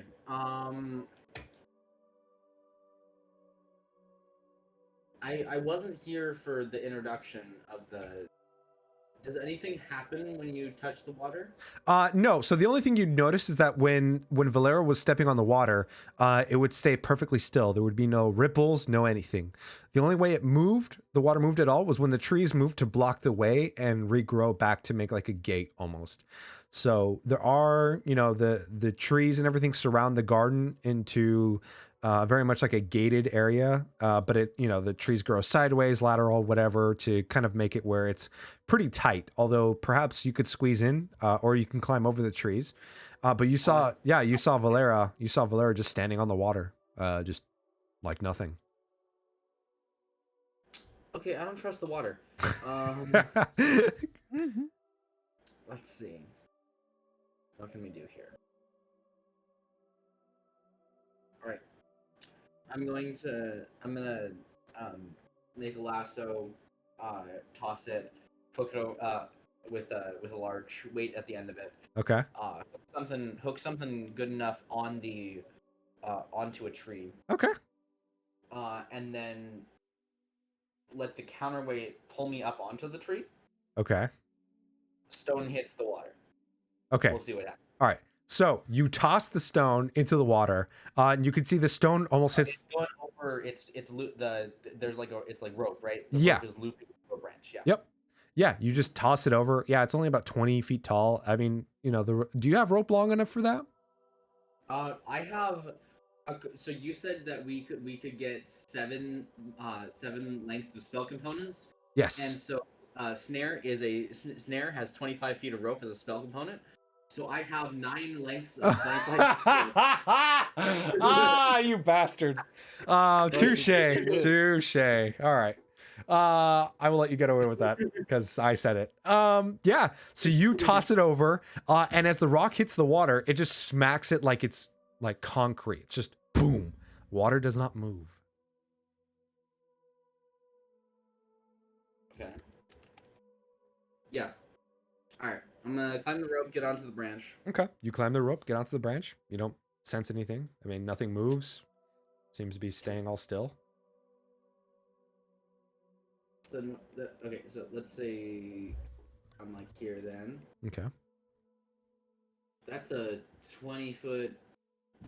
I can't do that. It's a 20-foot drop down. You could, 20-foot drop. yeah, you could climb. Yeah, make an athletics checks if you want to climb down.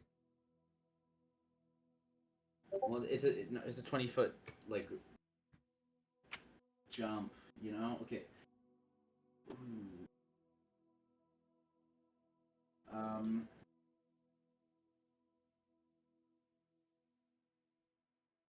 Is the rock that I put down is a part of it above the water? I mean, the whole rock seems to be above water. Seems to be just like on the water surface, like solid. Oh, gotcha. Yeah, like when you toss the rock onto the water, it just hit it like cement, like concrete. It didn't go past the water at all. All right. Well, I'm gonna pull the rock back up. Okay. Swing it, throw it again, to get it to a place that's close enough to the flower, right? Like maybe like 5 feet away. Okay. I'm gonna tie the rope onto the branch, and then I'm going to tie rope walk along the rope Okay. toward.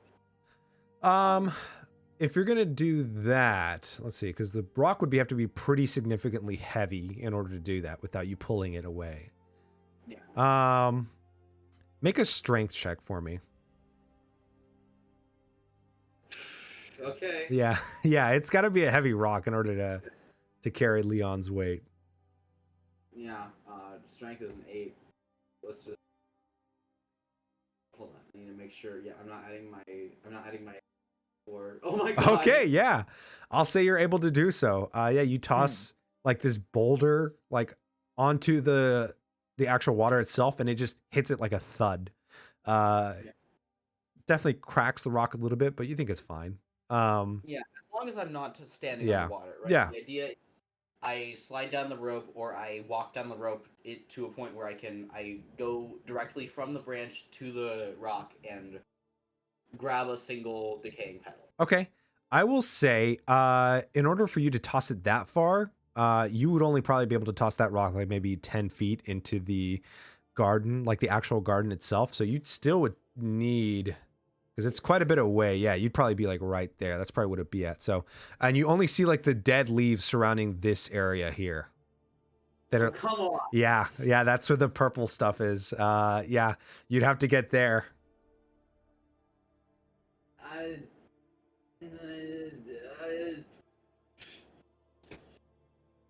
I need to use my spells more.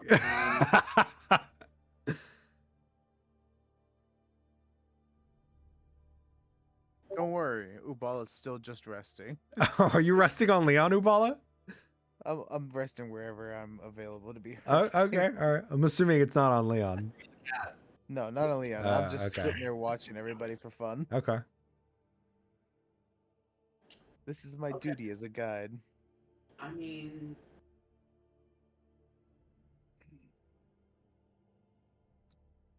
okay, I'm gonna take another rock, maybe like just like a pound, right? So enough that I can actually throw long enough, right? I'm just gonna get like 15 feet of rope, chuck it. So I get a rock over a pedal, and I'm just gonna like drag the pedal over. Okay. So the petals actually fall into the water, and the rock stays on the surface. That's the only issue. And if you're gonna toss a pebble, I mean, I would say you would know that before you tossed it.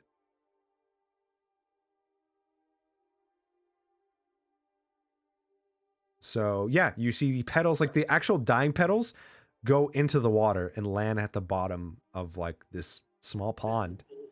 As new leaves start growing on the flower itself, and it just like it's almost like a process that continues over and over again. And it is only the blue, like the blue purple flower that's doing it. The other ones are not.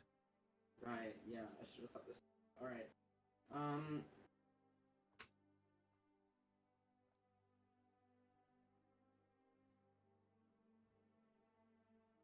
Ooh. So you're just dangling from this rope, just looking at those magical dead leaves. I gotta get my eyes on this. I gotta get my eyes. Okay. I'm gonna cast Tensor's Floating Disc. Okay.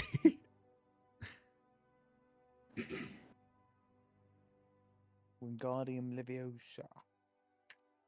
Dash to the pedals, pick up as many as I can, run back and drop them on the disc, and come back to the Okay. Shore of the same. Okay. As you step onto the water. Motherfucker. As you step into the water, you start having like these visions. And these are not in order in any way. These are just kind of nonsensical visions that you would like not understand what's happening. You see visions of a half elf man who is covered in like some sort of leather armor, and he seems to be chasing like a wolf of some sort. But the man dies, and is replaced with another half-elven man who gives almost like these wild animals over to a woman. And the woman is crying like a deep, sorrowful cry.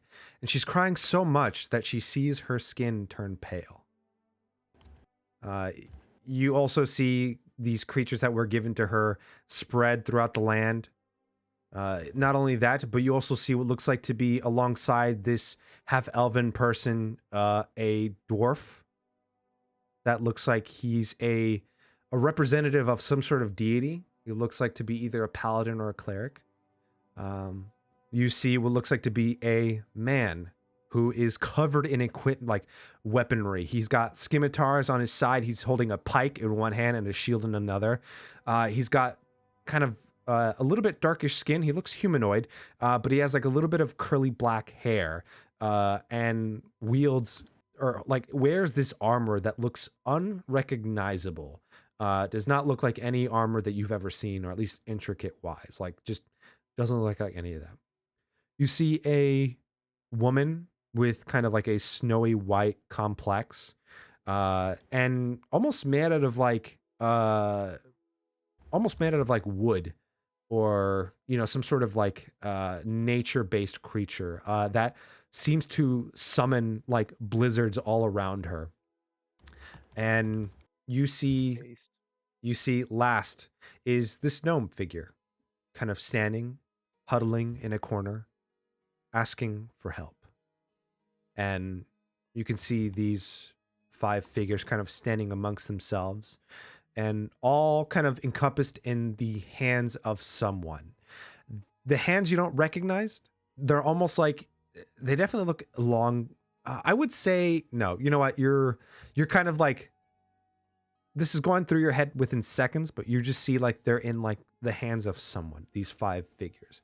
And as you kind of like within seconds look through these folks, you do see visions of war, of people killing Fey killing people, wizards, artificers talking amongst themselves. You see what looks like to be a bomb being created. You see disease spread throughout the land very quickly, like in a fast motion picture, sort of. You see no plants or animals affected, but Fey folk. You see them turn into grotesque creatures. You see them dying. You see people crying as they're holding their sick loved ones. And you start drowning.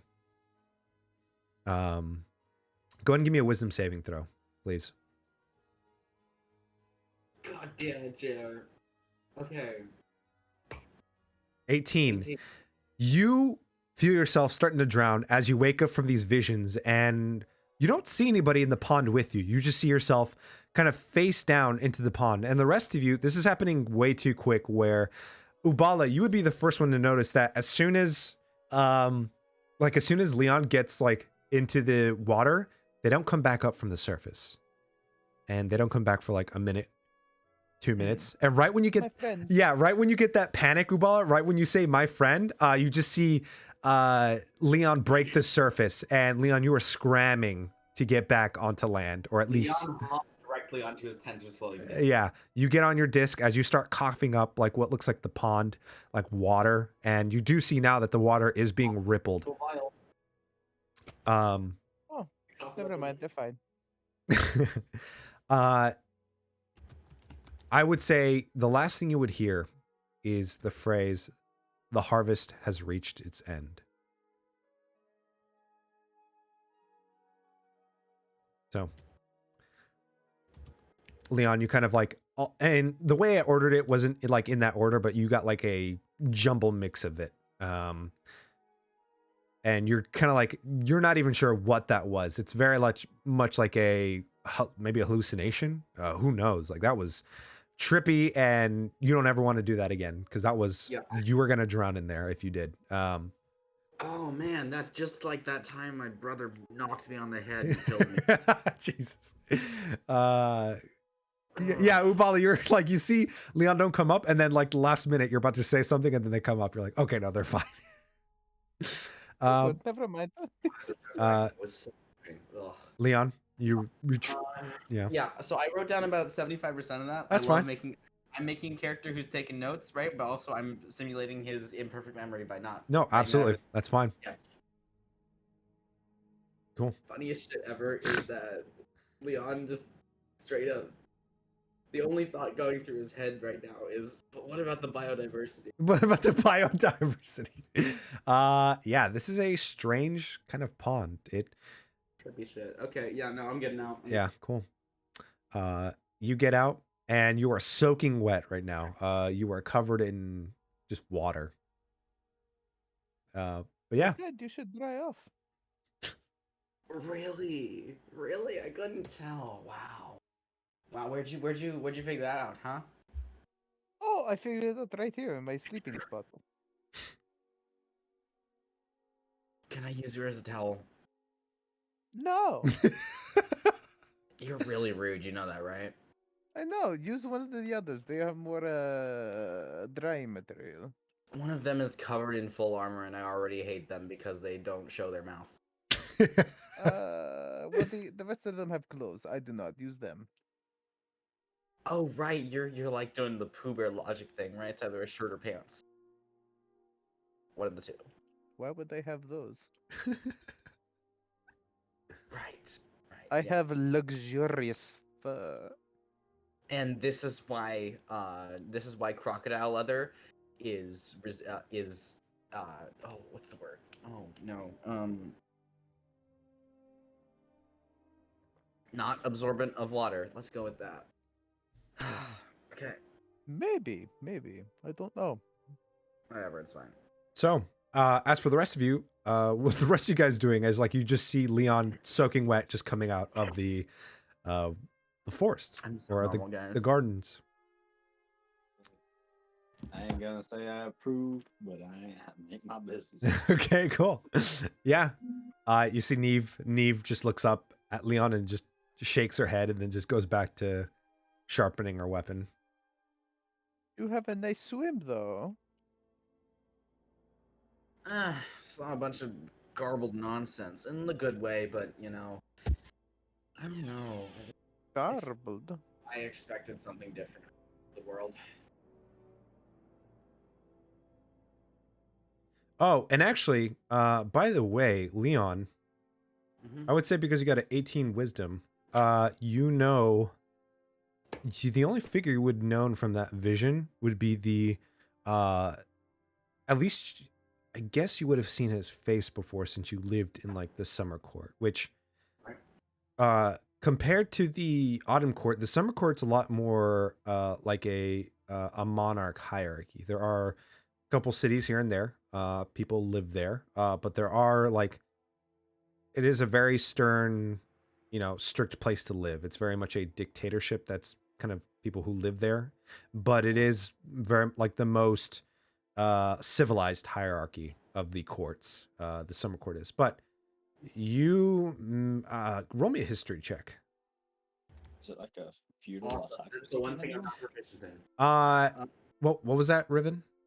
I was like, is that like a feudal autocracy kind of deal? Yeah, it's like, very much like, there is one law of the land, and obviously you wouldn't see any humanoids in there. It'd just be Fey folk or, those who are kind of ancient, Damn. ancient civil. Can't wait for the disease to get there. Yeah.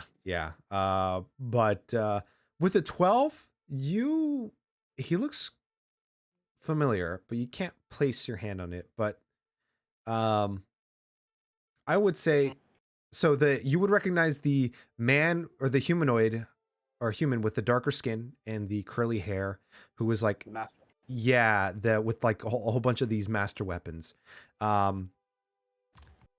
You think he's the one who's in charge of the summer court.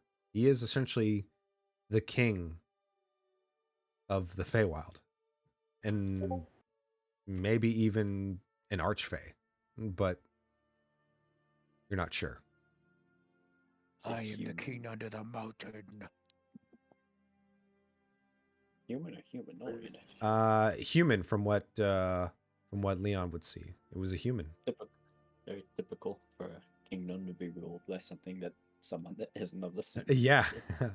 Yeah. But yeah.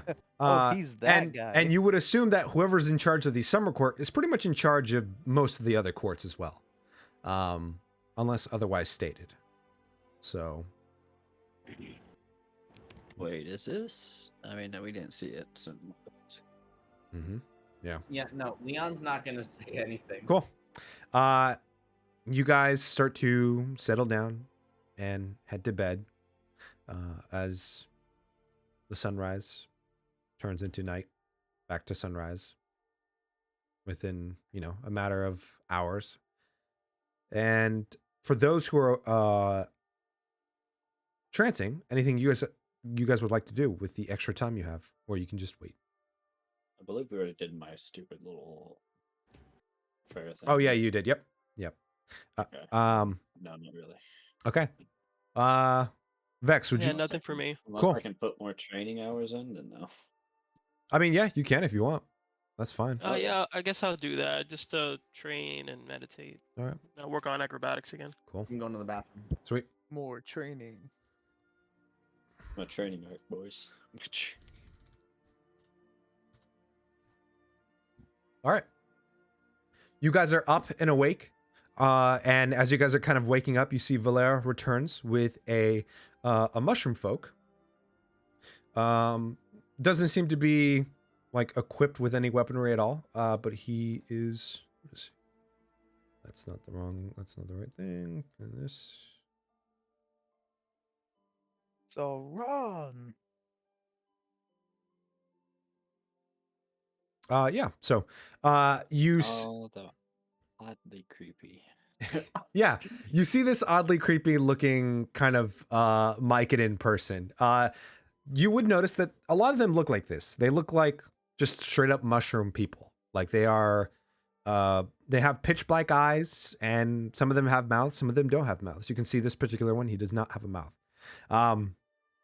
You can see Valera heading towards you guys as you guys get up and gather together with your stuff. You see she looks over to you guys and says, I wanted to introduce you to, this is Hemlock. He will be guiding you through the forest. So, if you all would please just take care of him. He'll be guiding you to the village. He was kind enough to go ahead and volunteer himself. And you see, to meet you, Hemlock. you see, he reaches out Reach out a, a hand. yeah, you reach out a hand. He reaches out 1, 2. It's quite a pleasure, sir. Yes, my name is Hemlock Rusula, and I will be guiding you to the village. I'm not like most of my folk. I'm quite, I do, Hush. I do appreciate the every now and then meeting new folk. It's quite adventurous for me. So, I'm quite excited to leave the village for a little bit something interesting. So, I can provide some assistance if needed. Well, I appreciate you going out of your way to assist us on this matter. Thank you. Yes, no worries. I will do my best to assist. Just gives him a nod. Cool. And thank you for acquiring this help for us. Yes, that's no issue. I do hope, though, that you can help those goblin folks, so I would appreciate if you can actually do something for them. This is the intent. Very well. I look forward to hearing about your progress back, and please try to keep Hemlock alive. I would love to have him back and not have the entire village mad at me and you if something happens to him. I kind of looked at Hemlock and go, do you have any combative experience? Oh, I have very little, but I have enough to survive. I can, I don't require food as much, but I do not require that much sleep either. I also can. You see, he turns his mushroom hand into like a club. So I can insist in this way, where I can. I'm not the toughest man on the block, but I am. I can take care of myself. I'll do my best to ensure that you return to your people safely. Thank you. I appreciate that. Well, I I should see you off then. Hemlock, please be careful. I know you I are. suppose another day passed, so rations. Yep, rations. Everybody eat your rations. Rations. Ration check. Ration -1. 3 days. Have enough to get. Have enough exactly to get back. Maybe the goblins will be able to help with it, or we can just steal from the lizardmen since they've been stealing from the goblins. Yeah. So you guys have Hemlock as a someone who's going to guide you. He is a pretty decent in survival. He's got a +5 in survival, so that is going to be 5 times more than I do. So he's going to help in the kind of he will be taking the lead. Anybody else who has what is it?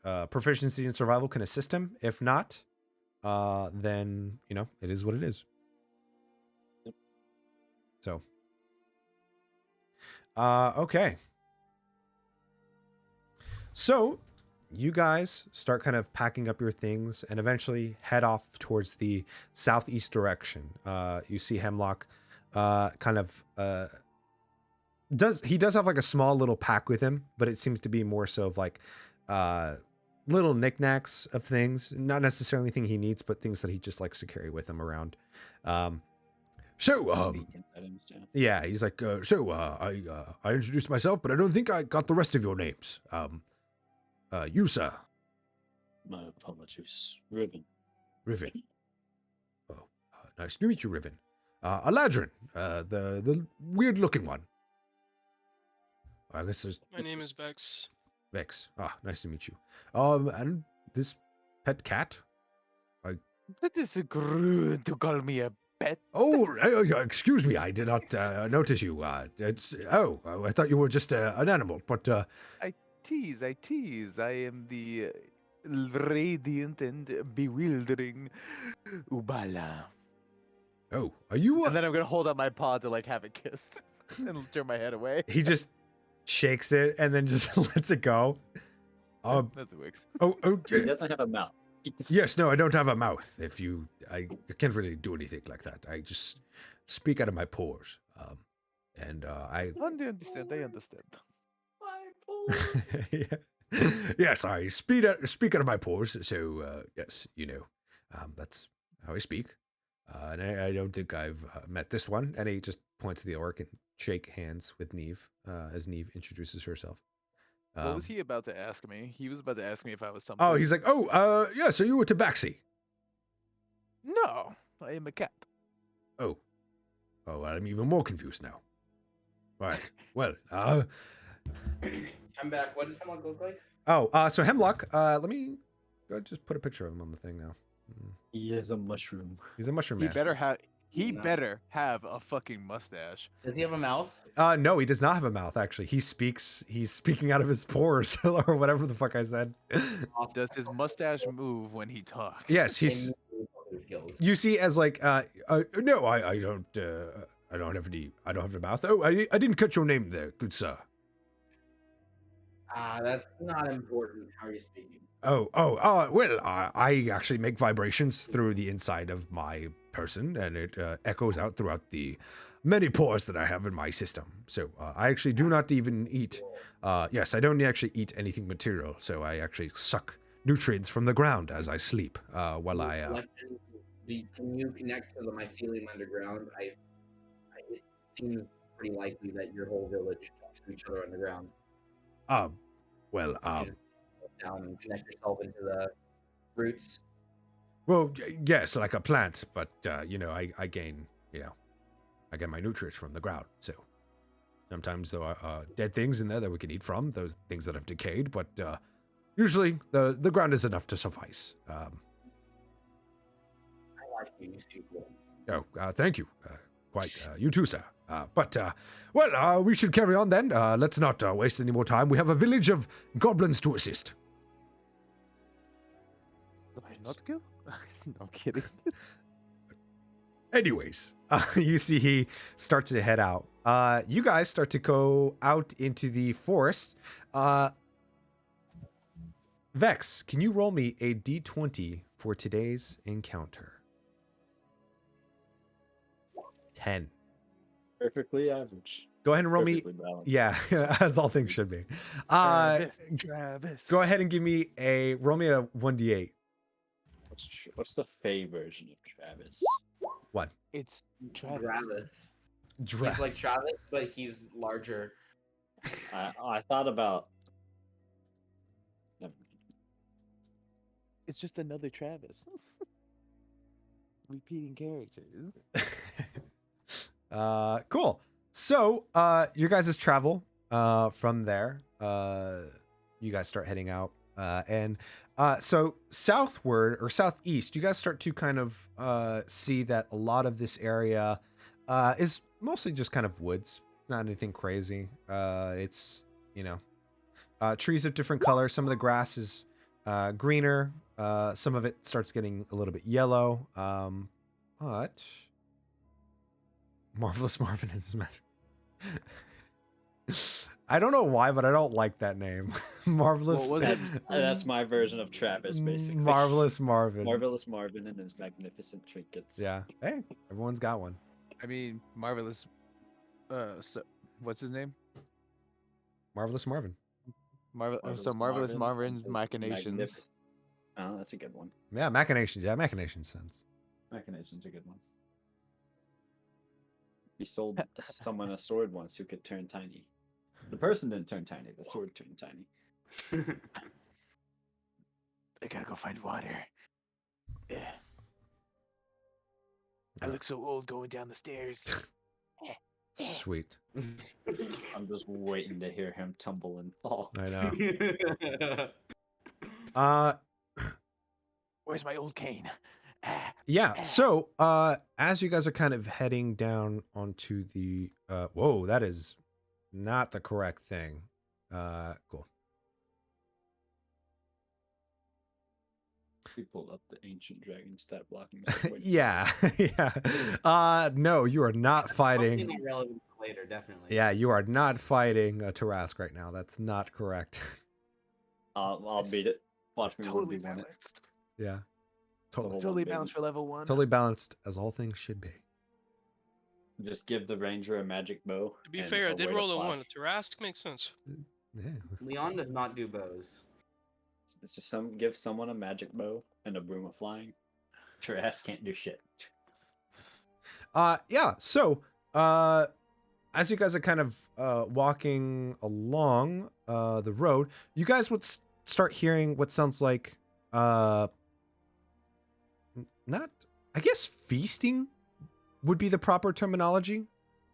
It depends. Feasting as in like a joyous occasion or something eating something? No, you hear what sounds like something eating something. Okay. Yeah. Oh, Yeah. voraciously. Slaughter. Yeah, voraciously. I will say you guys are kind of far enough where you can start hearing it. But the noise doesn't sound like it's a big creature. Like it sounds like it's a smaller creature. And so like you guys get pretty close, but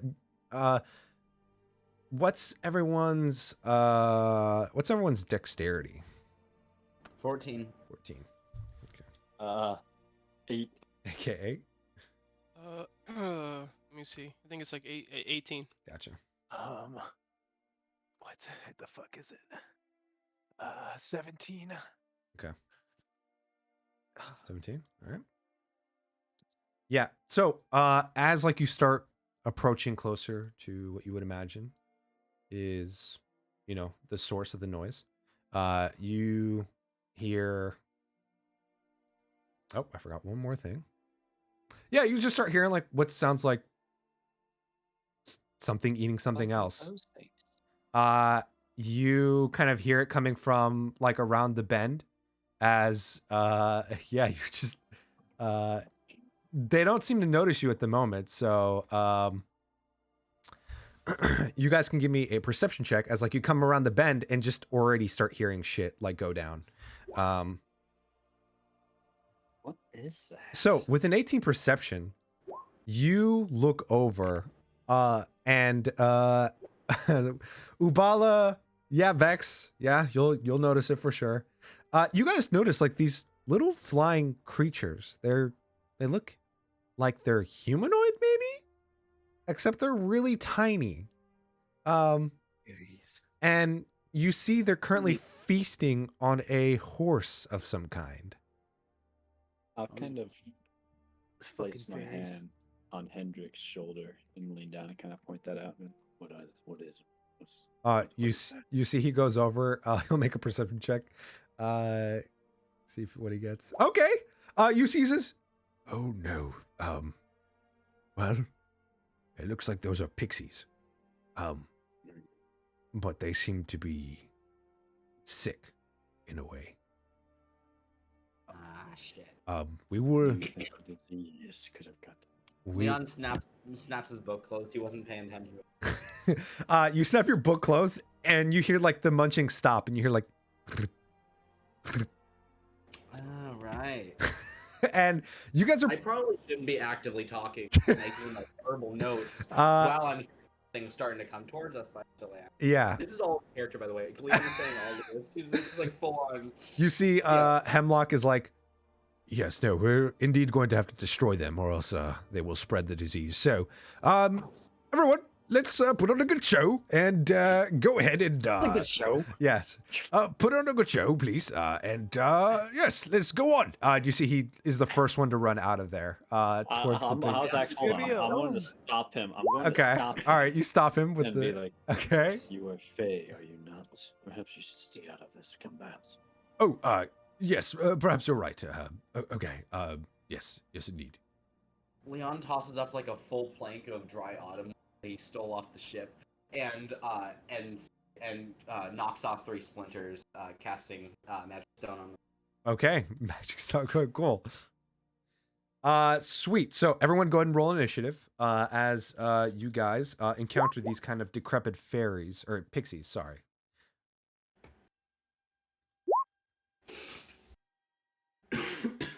So- -1, I'll take it. Ubala with a 5.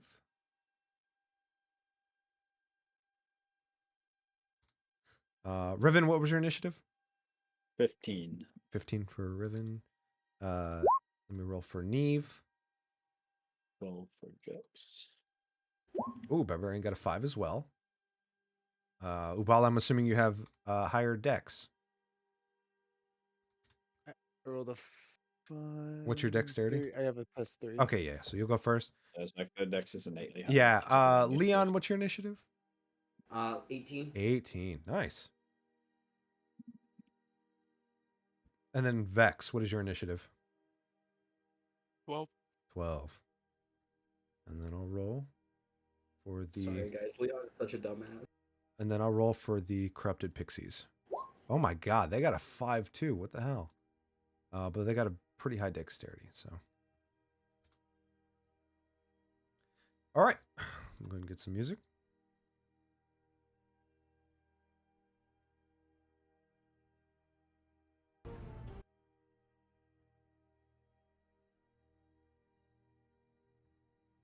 Sorry if I'm slow. I have to reach on the bed. No, you're good, man. Limp your Fuck way. up some pixies. Yeah. Yeah, fuck up some pixies, dude. Fuck Tinkerbell, bro. What'd you say? Fly? Fuck up some pixies. All right. So, at the start of initiative, you see the pixies kind of look up at you. You do see now that they are like a very sickly green, like pretty much like a dark boogery green, as best as I can describe it. I will, You can see I that. will ask Yeah. something. Yeah. Since I convinced him to stay out of combat, could we move him back a little bit so he's not instantly killed? Yeah, sure. I'll go ahead and do that. Okay. Sure. I'll say because you did warn him beforehand before Leon got loud, you move him back. But yeah, you do see they're missing like some teeth. Their teeth are like pretty much crooked, like as if they have been born with rotted teeth. And they were just chomping on like this smaller horse.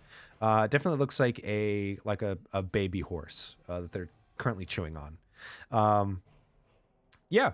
So, at the beginning of initiative, Leon, you are actually up after kind of announcing your presence. Yeah, sweet. I'm gonna use my action and bonus action to chuck 2 of these Okay, go for it. splinters. Where are they? Over here by this horse. Sorry, I got one.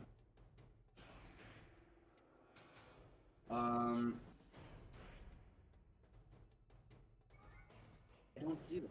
Not see. Oh, I see them. Yeah. Okay. I'm gonna run by. That's 25 feet. 1, 2. Okay. Which one are you hitting? Um, this one, I guess. Okay. Highest was a 14. Cool. 14 hits for sure. Okay, and that's 17 damage. 17 damage. You straight up just kill this one. As Yeah, like you see. Yeah, it literally just. Yeah, awesome. And that's and then I'll hop back 5 feet. And Okay, cool. After just killing one of these fairies, you see these two other fairies sing like I keep calling them fairies, goddammit, pixies. These pixies, you see they start getting even more ravaging. They start frothing at the mouth as like they see one of their companions just die. They are now what is it? Let me see, where's the term? fucked up, man. Yeah, they are. That's fun. That's fun. Yeah, to kill they're a ravenous pixie. right now. They are currently ravenous. Next is Riven. It's me. Okay. I will position myself.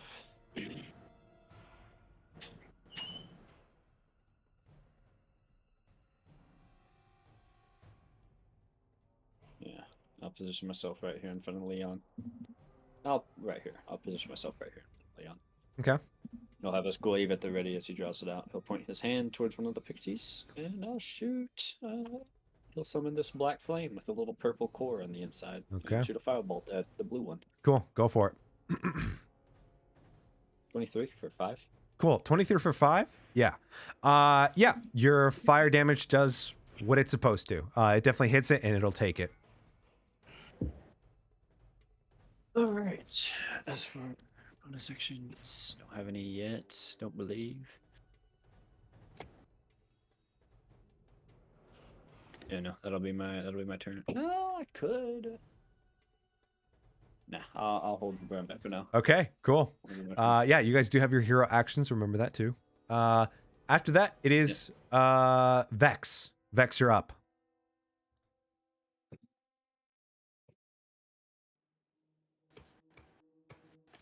Vex. Vex, you live? Oh, shit, sorry, I'm Oh, muted. you're good. So there's these two left, right? Yep, you see, like, literally one of them was just straight up murdered by Leon. The blue one got lit by fire Yeah. as well, so he's injured. Yeah, he's injured. Yeah, the blue one, the blue dot one. All right. Let me see. I'm still a summer. Let me see what the summer does. Come on, it's not loading. I'm gonna do for my bonus action. Let me see what they do. Base step. Charge.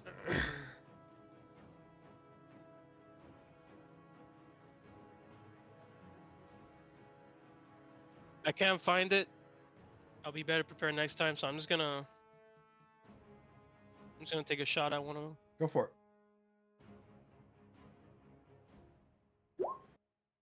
18 hits. Which one are you hitting? Are you hitting the blue dot or the red dot? Blue. Okay, blue dot. That one's still up, but it is very hurt.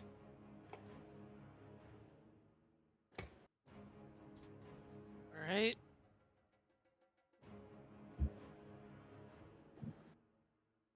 Bonus action.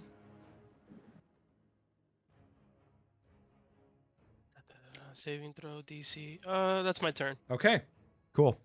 After your turn, it is the pixie's turn. You see, this pixie will go fly within over here. Just within 10 feet of me. Yeah, it is within 10 feet of you. Whole arm master, baby. Okay, go ahead and make an attack. 17 hits for 6 points of damage as you are just doing a little bit over enough to kill it as it dies as you reach it. So yeah, as it flies towards you guys, he'll whole arm. The glaive having a deceptive amount of reach once he moves his hand towards the bottom, swings it, does like a horizontal slash and slices it from midair. Okay. After that, you see this pixie kind of this decrepit pixie really mad at you will go ahead and cast confusion right here. And I need both Riven and Leon to make wisdom saving throws, please. Well, I've been having good luck with that so far. Shouldn't jinx it. Confusion. Would this count as like a Four? charm or Let me see. anything like that? No. Don't think so. Yeah, no. Unfortunately not. Okay, cool. 5. Okay, both of you are confused as you guys your actions will be determined at the round. Let me double check. Yeah, so at the start of your turn, yep, the creature, you'll roll a 1d8 and then, or actually I'll roll a d10 and see what your behavior is. So you'll either act regularly, do nothing, or attack your ally or something else. But right now you guys both of you are confused, so. And that's all this pixie can do. There you go. That's a good token for confusion. Sweet. After that, it is going to be Ubala's turn. Ubala, you see this pixie just casts a spell onto Riven and Leon as they both start to like grab their head as they seem to be not in their wits currently.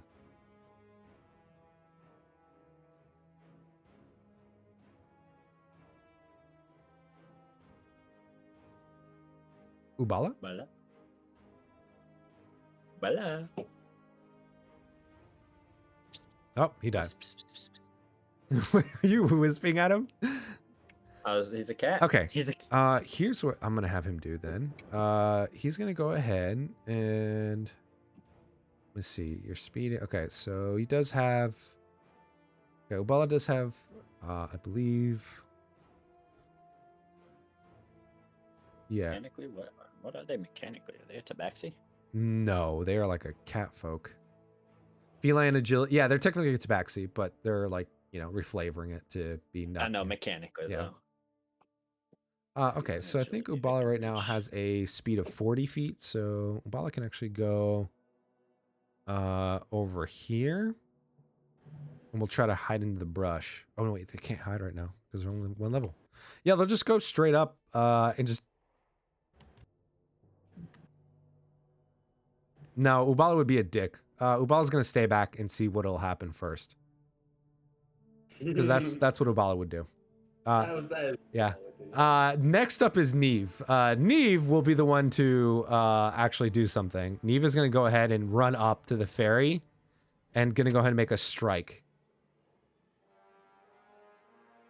You see Neve bring out their great sword over their head and just like straight up will go ahead and attack. Actually, yeah, they're not going to rage yet. They don't think they need it. They're going to go ahead and just do a great sword attack. That is a 16, which hits the ferry, Nice. and 12 slashing. Plus, they get an extra D4 to their damage as well. Oh no, actually no, they're not raging, so they do not. So, yeah, it's 12. This fairy is looking very hurt, or this pixie. God damn it! This pixie is looking very hurt. Next up. Does it need to make a concentration check for confusion? Yeah. It's Leon's turn, actually. Leon, I'll roll a d10 and see what your fate is. That was a legitimate question. Isn't confusion concentration? Oh, is it? Not for them. No. Yeah. Nope. Oh, is it not for them? Nope. Not for them. Dick pixies. Yep. No, they don't need it. All right. Cool. So, Leon, you got a 4. Leon, you don't do anything this round. You stay put, you're confused, and your head hurts. Oh, just like when I did your mom. Jesus. Absolutely brutal. I will remember that. Oh. Riven. That was a good one. Riven, I'm going to go to roll for you. That's a 9. You can attack and act, or you can act normally. Hell yeah. Let's go. All right. I'll move up 5 feet. 23, which I will booming blade it. Oh my god. If it's not already dead. Yeah, it's super dead.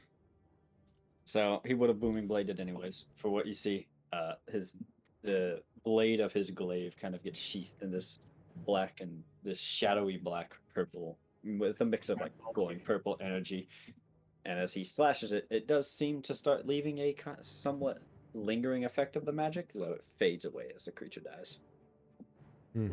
Yeah, as the creature dies, you guys are kind of looking upon these like decrepit looking these decrepit looking pixies. You can see they definitely look like a very sickly pixies. Even like some of their wings are a little torn. They got like scabs on their skin. And yeah, but you guys are out of combat as you guys pretty quickly and swiftly defeated these fairies. They rolled. You want to use divine sense on them. Okay.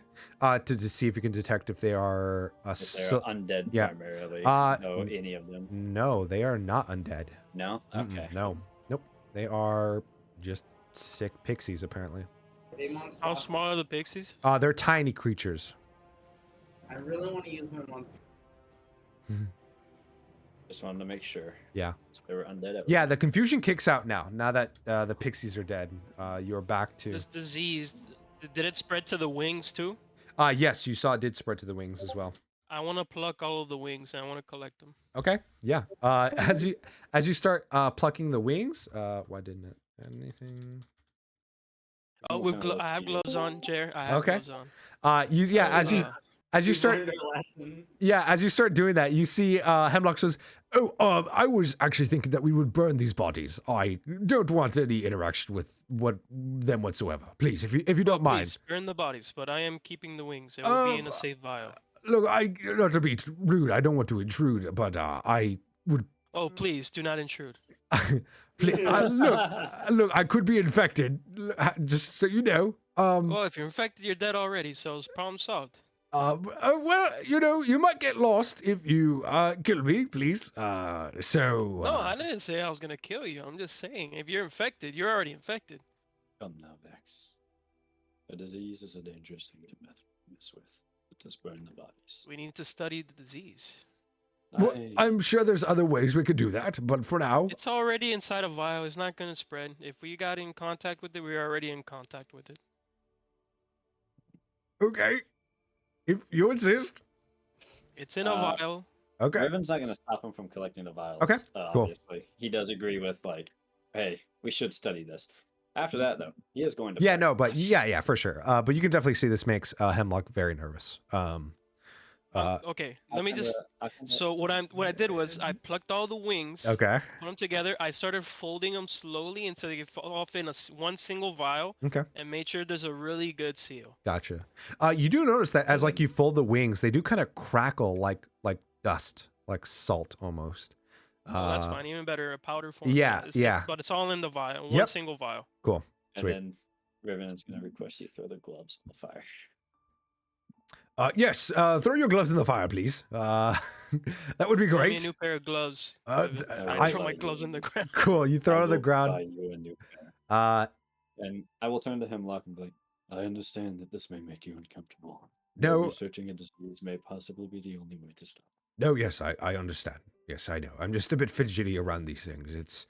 We've done our best to make sure that it doesn't affect us, but It's understandable. If you do get infected, I can't guarantee it will work, though I do have magical potential to cure diseases. But let's hope that it's strong enough then. Indeed. Very well. Shall we continue? Yes. You're a brave man, Hemlock. Thank you. I appreciate You really risked your life out there. I can see the sarcasm now.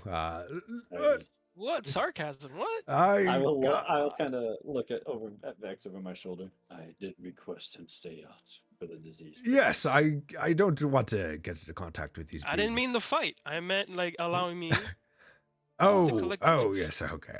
I'm sorry. I'm a little bit on the edge, one might say. So forgive me, please. I do not mean to insult or come off as... No, it's fine. You're guiding us through some dangerous terrain. I see Yes. you're not really much of a fighter, so that takes a certain amount of bravery. There's so many backhanded compliments coming out. You see, if you can see a mushroom get like flustered and like a little frustrated, you definitely see like his like the pale part of his like stem starts to get a little red, as if he's like, let us carry on then. And he just goes, Yeah. he just walks off like, He has just, that moment of like, oh, thanks. And then he yeah, realizes- he's like, come on, let's go. He will go on, and I will have him make a survival check. Is anybody else proficient in survival? no. I'm not gonna lie. Purple, I messaged Purple. He hasn't messaged me back. It's a little concerning. Did Purple actually fall down the stairs? I don't know.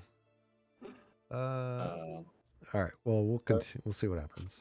Not much we can do here. Yeah. Just No. hope he's fine. Yeah. I mean, he lives with his brother, so someone's got to be home, or at least someone will be home.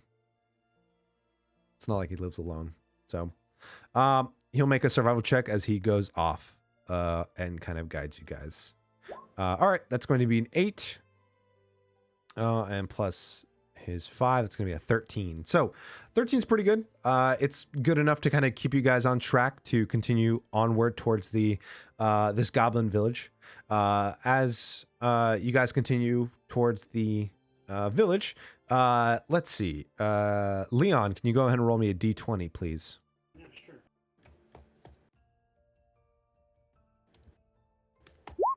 1. Damn, Whoa, shoot. that's the Tarask. I'm sorry. Okay, go ahead and roll me a d4, please. That's Oh the shit. Okay.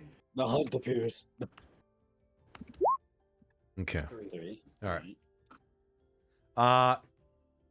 So Shit. onward onto your journey. You guys continue onward and are kind of getting ready to rest for the night. You guys travel for the second day as you all kind of start finding a resting spot.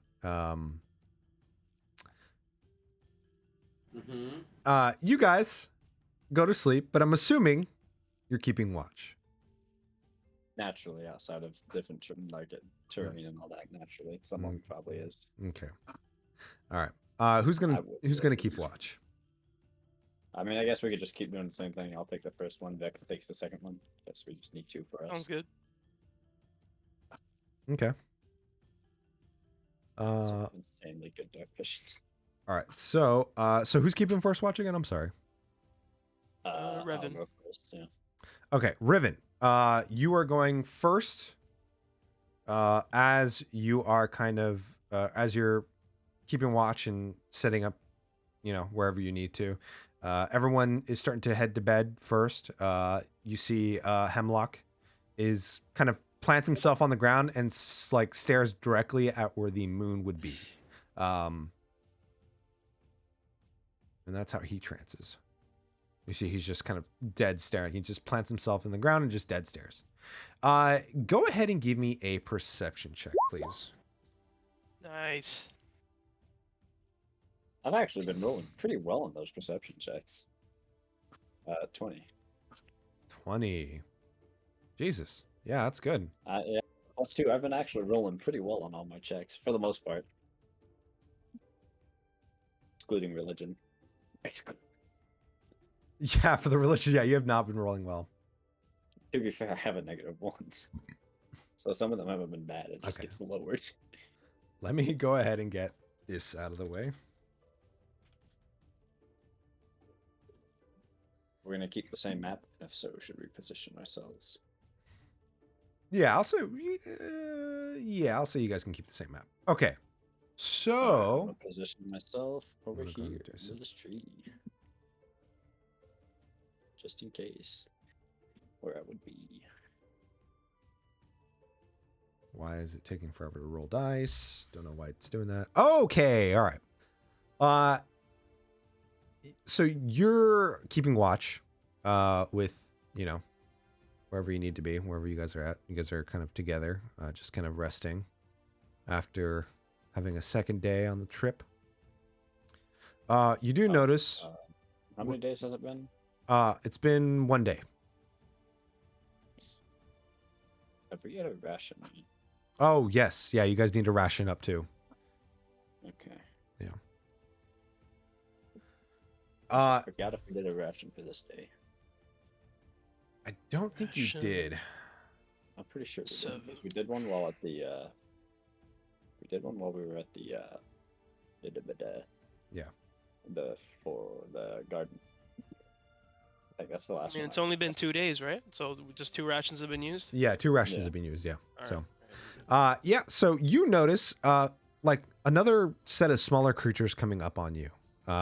You see, this time they seem to be a lot more intentional.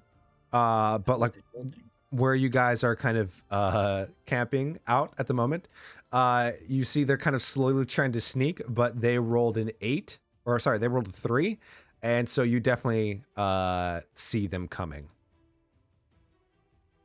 Nice. Riven's gonna stand up, like the people that are trancing, so that he's just to wake up. Okay, you wake up. Yeah. Yeah, you wake up Vex. If you wake Leon up with anything left, throw him right. If you do not wake up the first time, he will grab you and shake you. As you start kind of waking them up, you see these creatures kind of walk and be like, "Who goes there?" Riven will point his glaive at them. That depends on who's asking. Us Rum Gremlins 3. We seek treasures from those we can find it from. Just tilts his head at that name. He's like, what? We're Rum Gremlins. Look, we're just gremlins, all right? Do you have any treasures on you? Any shinies? Anything that's of value? They can't see Uh, it. Riven raises an eyebrow because it's like he's in adamant. Oh, actually, I do have something right here. If it'll make it look, I'm making myself look like I'm struggling to pull something out of my pocket. Any It's like, drink? oh, look at that! Any I just, drink like, or I just alcohol? I give him the finger. Okay, you see they look quite offended, like, wow, that's quite not nice of you. We require treasure or drinks, food, anything you have. We'll take it all. None for you. Why not? Why not be kind? You see Hemlock's kind of waking up at this point too. He's like, oh dear. Hello. You have one of the Mycadon folk with you, huh? It's not very rare that we get one of them, but when their flesh rots, they taste quite well. Oh, you can like pull these guys up, and make a good beer with them. Yes. Yeah, Oh, Actually, no, nice. no, they can't. Nope, not at all. Nope. They could. You just don't want them. to. No, yes, no. You see they kind of look now towards Hemlock. Yes, good tasting beer. Alcohol. The one thing I hate about people who don't have mouths have to guess what they're. Yeah, I mean, he has eyebrows and he looks definitely horrified at these things. You see these gremlins kind of look over at Hemlock and then back at you and says, "You have food then? Give us food for trade. We don't rob you." You are bold to assume that you could. That sounds like a challenge to us. He's going to step in between Hemlock and the fucking gremlins, and he's going to wield his glaive. Okay. You kind of actually no, you wouldn't. Well, let me see. Is that 15? No, it's 10 technically. Yeah. Give me a How big are they supposed to be? They're supposed to be like medium or, small, but their tokens are so small that I don't want to put them at small or else you wouldn't like see them at all technically. So I will say, Give you a what? yeah, go ahead and give me a Constitution saving throw. As you get close to these guys, you definitely get a whiff of like alcohol and really strong, like just a strong smell. And like you start kind of snorting around. And actually, I think I need to make one for Neve too. Yep, Neve. I'll make one for Neve. I didn't I mean, the roll 2, but I got an 18 first try. Okay, 18. Yeah, you definitely feel like they give off of like some sort of aura that can definitely affect you. Yeah, these guys like give off a strong stench of just straight up alcohol. And it doesn't even smell like drinking alcohol. It smells like jet fuel or something. Like it's straight alcohol. it's straight up just like destroys your nostrils, but you feel like you're fine. As for Neve, though, Neve is kind of like a waking up. I'll roll for Neve.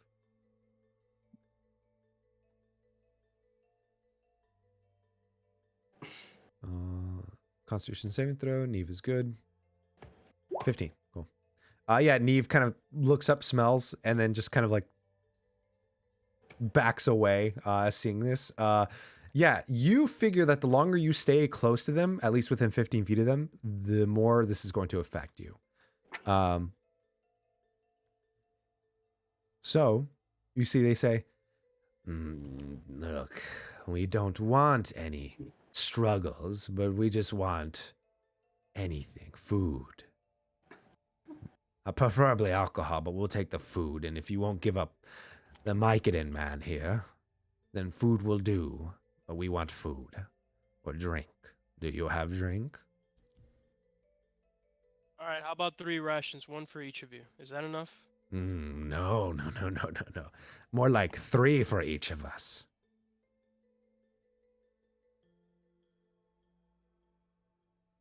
So you want us to give you all this food? Yes. Or the other option is just for us to easily just kill the 3 of you and continue on our way? Oh, they easily. carrying- Seems like a carrying pretty alcohol? obvious choice here as to what we should Yeah, they do. are carrying, actually, they seem to just be carrying, like, this bag that just, like, each of them almost have, like, a skin, like a water skin. And they just, like, they have pretty long claws, you can see. They definitely look like gremlins, like from the Gremlins movie. That's kind of like what they look like, except a little bit more humanoid. Just slightly more humanoid, but they are like mostly claws, like claws on their feet and claws on their hands, and they carry like these wine skins around. This is your last chance. Leave. You see they kind of smile among themselves, and they will rush at you. Let's go ahead and roll for initiative again. Damn, I didn't get to do what I wanted because I rushed. Oh well. Cool. It's more like it. 3. I'm gonna give Leon disadvantage on initiative. Okay, not too bad. Damn. All right, hopefully they rolled nat ones too. Okay. All right. I'm gonna roll for the rum gremlins, as they're called. Okay, good. They got a 9.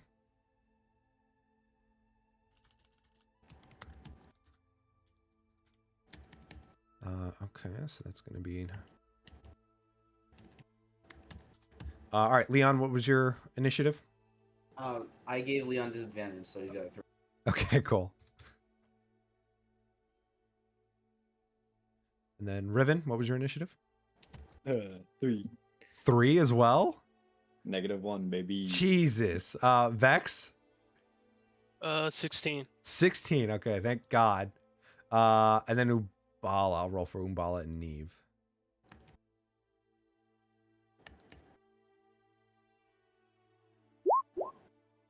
$13 for Lubala. And then Neve, we'll go ahead and roll.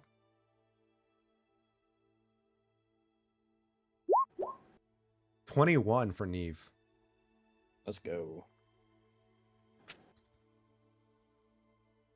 All right, so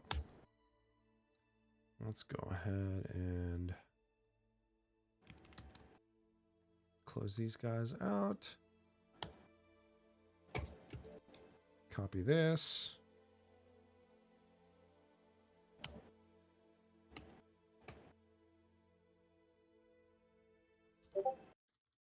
Oh my god. This fucking...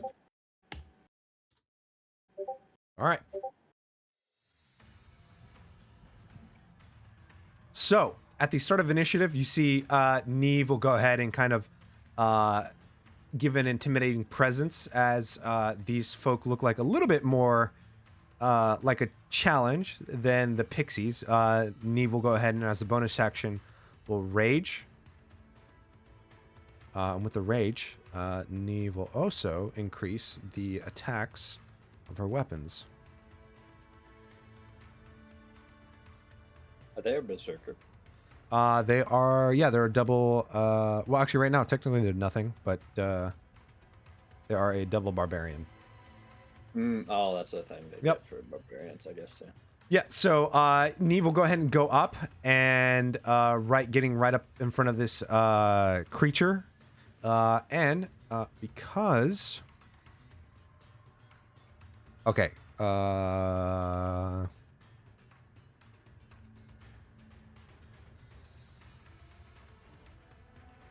Okay, yeah. Neve will go ahead and make a Constitution saving throw again.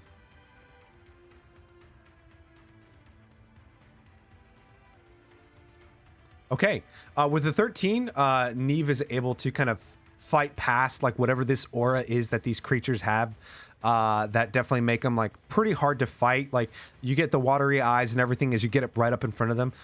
Neve will go ahead and make a great sword attack. That is a natural 1 on Neve's part. You can see Neve like strikes down with the greatsword, but misses this initial one. Like, ha! We told you not to fight us.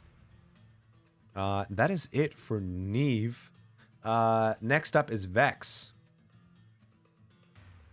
I'm gonna take a shot at the one that's close to Neve. Okay.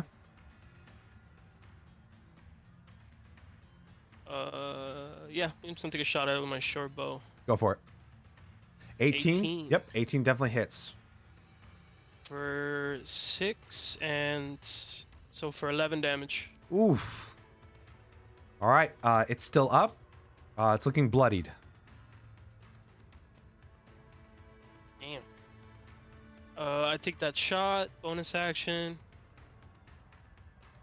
I'm gonna just be right here behind. Okay. Behind Leon. Yeah, I'll stay here. Gotcha. That's my turn. All right, cool.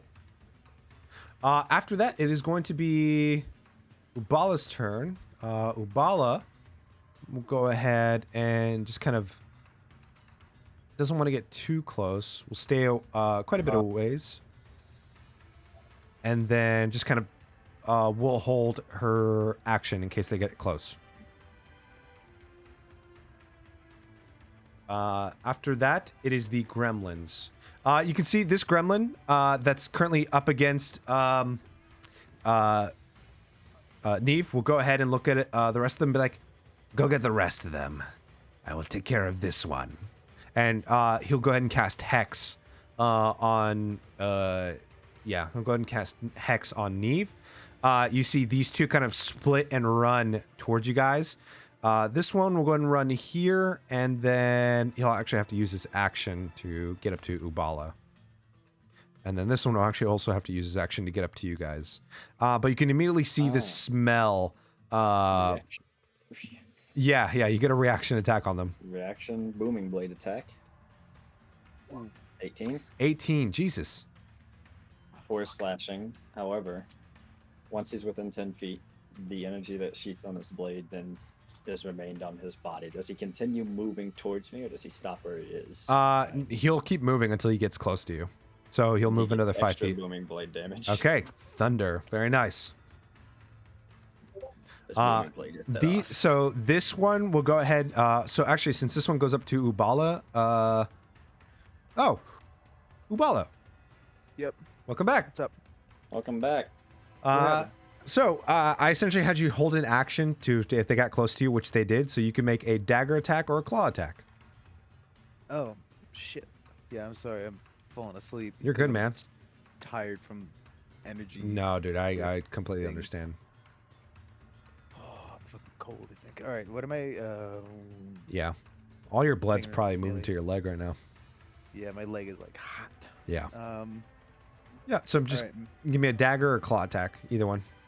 make a dagger attack.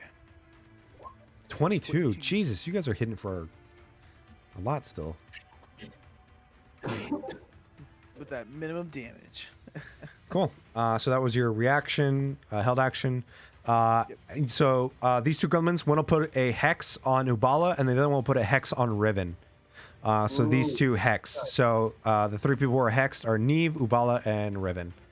I just realized that if Ubala is standing on someone else's shoulders, she would get sneak attack because she's within range of someone else. Oh, very nice. I didn't even think about that.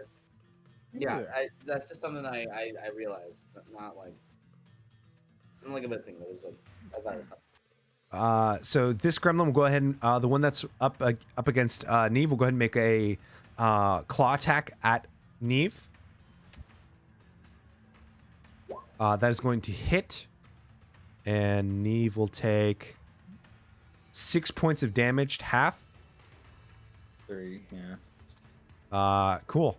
And then that is the gremlin's turns. Riven, at the start of your turn, go ahead and give me a Constitution saving throw, as like the smell is like definitely gonna hurt.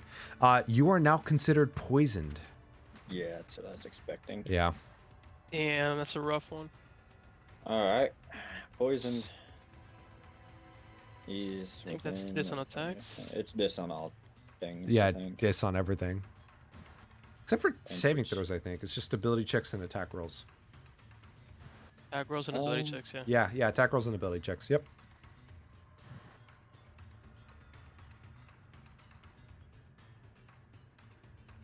I will.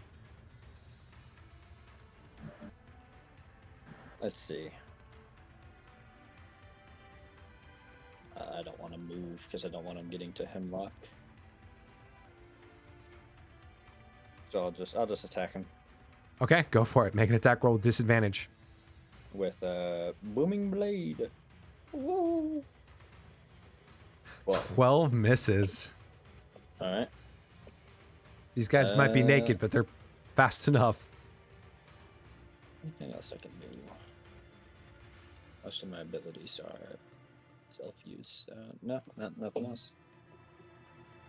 Okay. I did actually forget to add the hex damage to Neve, so I'll go ahead and add that.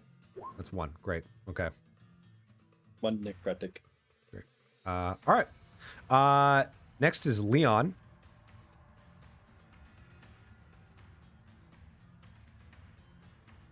Leon, go ahead and give me a Constitution saving throw. Of course I can. 15. 15 you save. You are not poisoned. But the stench definitely hits you like a ton of bricks.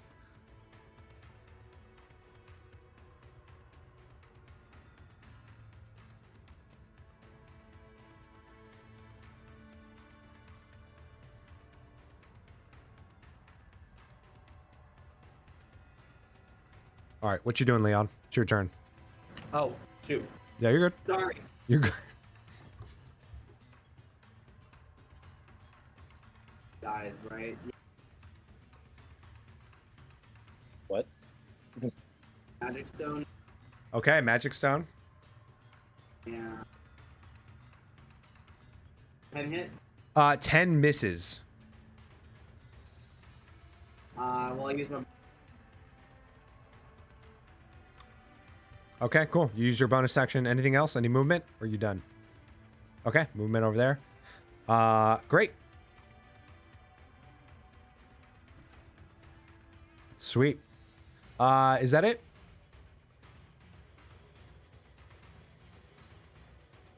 I'm assuming yes, because I can't hear Yeah. you. Okay, cool. Yeah, Gotcha. you're cutting in and out. Yeah, you're cutting in and out. That's I'll be right yeah, back then. yeah, you're good.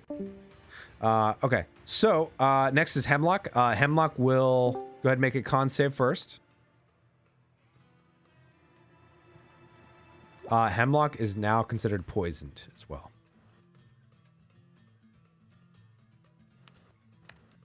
Hemlock will go ahead and try to escape, and as he does, you can see he falls down prone as like he tries to move a little bit too fast and just falls down.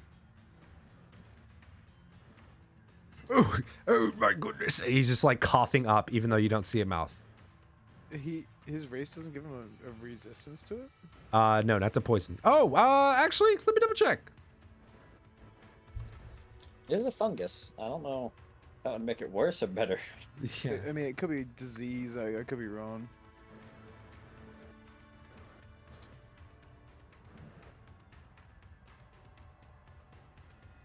Okay. Yeah. All right. I'll roll with advantage against poison. Huzzah! Let me see. That's Still no. poisoned. Nope. Yeah, he's still poisoned. Oh, Yeah. alright. This is worth a shot. We tried. Yep. What do they need to be? Yeah, 12 now. He didn't get it. Oh wait, they need to beat a 12. Yeah. Oh wait, I got a 9. Never mind. Yeah. Mm. Okay. Yep. So he falls down prone. Next up is Neve. Neve is going to go ahead and make a Constitution saving throw again.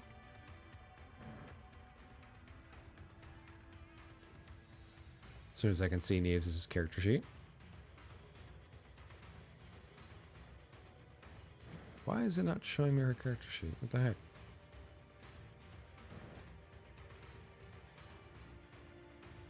Well, they have a +4. If it's not, you could just manual roll it. Yeah. Okay. I'm refreshing the page right now.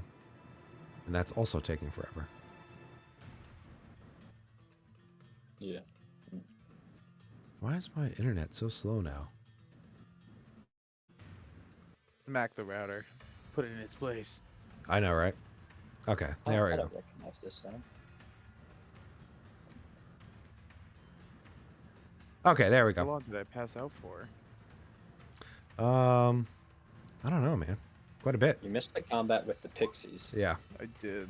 Yeah, I'm so sorry. Oh, you're good. That All right. wasn't much combat. We fucking whooped them. All right, so that's going to be an 18. That's going to be 9 points of damage. This gremlin's looking very hurt, but it is not dead yet. I tell it to run away. No. Actually, okay, yeah, that's a nat 20 on a con save. Cool. All right. Vex, you're up.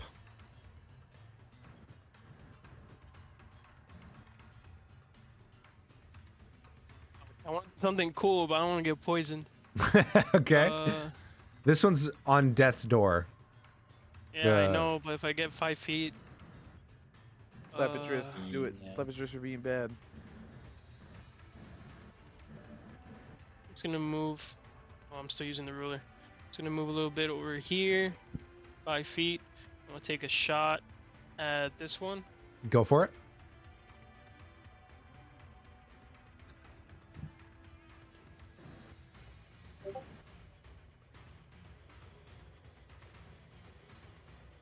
No, wait, hold on. Sorry. Let me...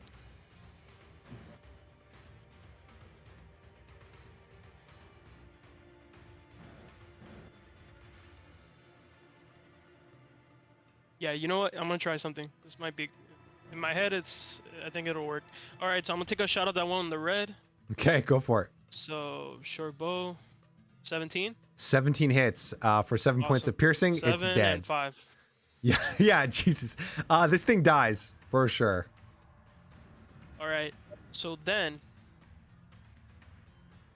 I have movement still. There, I'll just... So I'm gonna use my full movement. There we go. Shit, how's the spell work for me? What spell is it? Range 30 feet. 10 feet.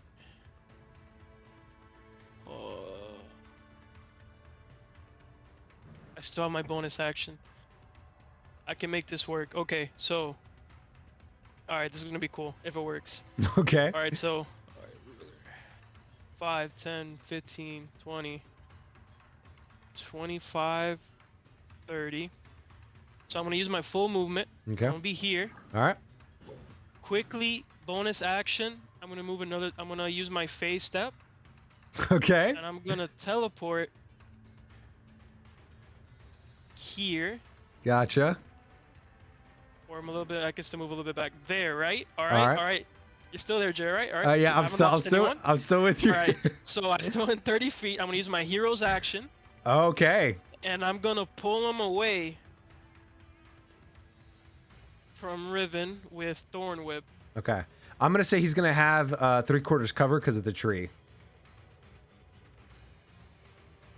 Oh, come on, Jay. So hey man, the he's tree. gonna have 3/4 I thought that cover. was bushes. No, dude, those are trees, man. Those are bushes. Those are trees. Ah, shit. It's fine. I mean, it is what it is. Okay, Thorn cool. Whip. Go for it. 13 misses. You can see like you would so close to getting it, and then unfortunately it was too much kind of behind the tree where it's able to like duck out of the way fast enough, and Thorn Whip misses unfortunately. All right, yeah, that's my turn. Okay. Valiant effort nonetheless. Next up is Ubala. Ubala, go ahead and give me a Constitution saving throw, please. Constitution saving throw. Okay.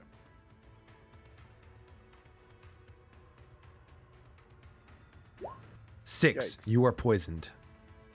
Perfect. Good. I don't remember the effects of poison right now. Disadvantage on attack rolls and ability checks. Fuck. Okay. Well. Okay. All right. So I still got this one thing in front of me, so I will use the attack on this thing. Cool. Go ahead and make an attack roll. Yeah, go ahead and make an attack roll with disadvantage. All right. 1 and 2, 20. 20. Yeah, 20 hits. Yep, 5 points. 5 damage. Perfect. And I can only make a 1 attack, so that would be it for me. Okay. Unless I offhand with the same dagger. I don't believe you can unless you're dual wielding, which you can't because you're a cat. Nope. Cool. After that, it is going to be the Rum Gremlins. You can see they both have kind of you hexed, or both of you hexed. So Riven and Ubala are hexed. You see both of them at the same time take a drink from like their wineskin, spit it onto their hand, and will go ahead and throw like a like this disgusting, like almost snot looking type of thing as a bonus action, but it'll be at disadvantage because it's ranged. Oh no, phlegm. Yeah, essentially. So at Ubala, this is going to be a phlegm attack at you. Okay. At disadvantage, that's going to be only a 13. That misses. What's your AC? Is your AC 13? My AC is 14. Okay, that misses. And then against Riven, that's a 14. 13. He's about 4 off. Okay, 14 misses. So that's their bonus action. And for their main attack, they'll go ahead and make just a regular claw attack. So Ubala first. That is only going to be an 11. 11 misses. And then for Riven, that's also going to be an 11. They both Nice. miss as like they snot rocket, try to throw it at you, and then they try to scratch you right after. Like, this isn't working. Riven's armor is just too thick. Yeah, it really is. Speaking of which, Riven, it is your turn. You are still poisoned and hexed. All right. Bonus action. Blessing of the Raven Queen. Oh. I'm going to appear. Oh, yeah, you're already poisoned. That's fine. Yep. Yeah, I'm poisoned. So I'm going to appear over here, 10 feet away.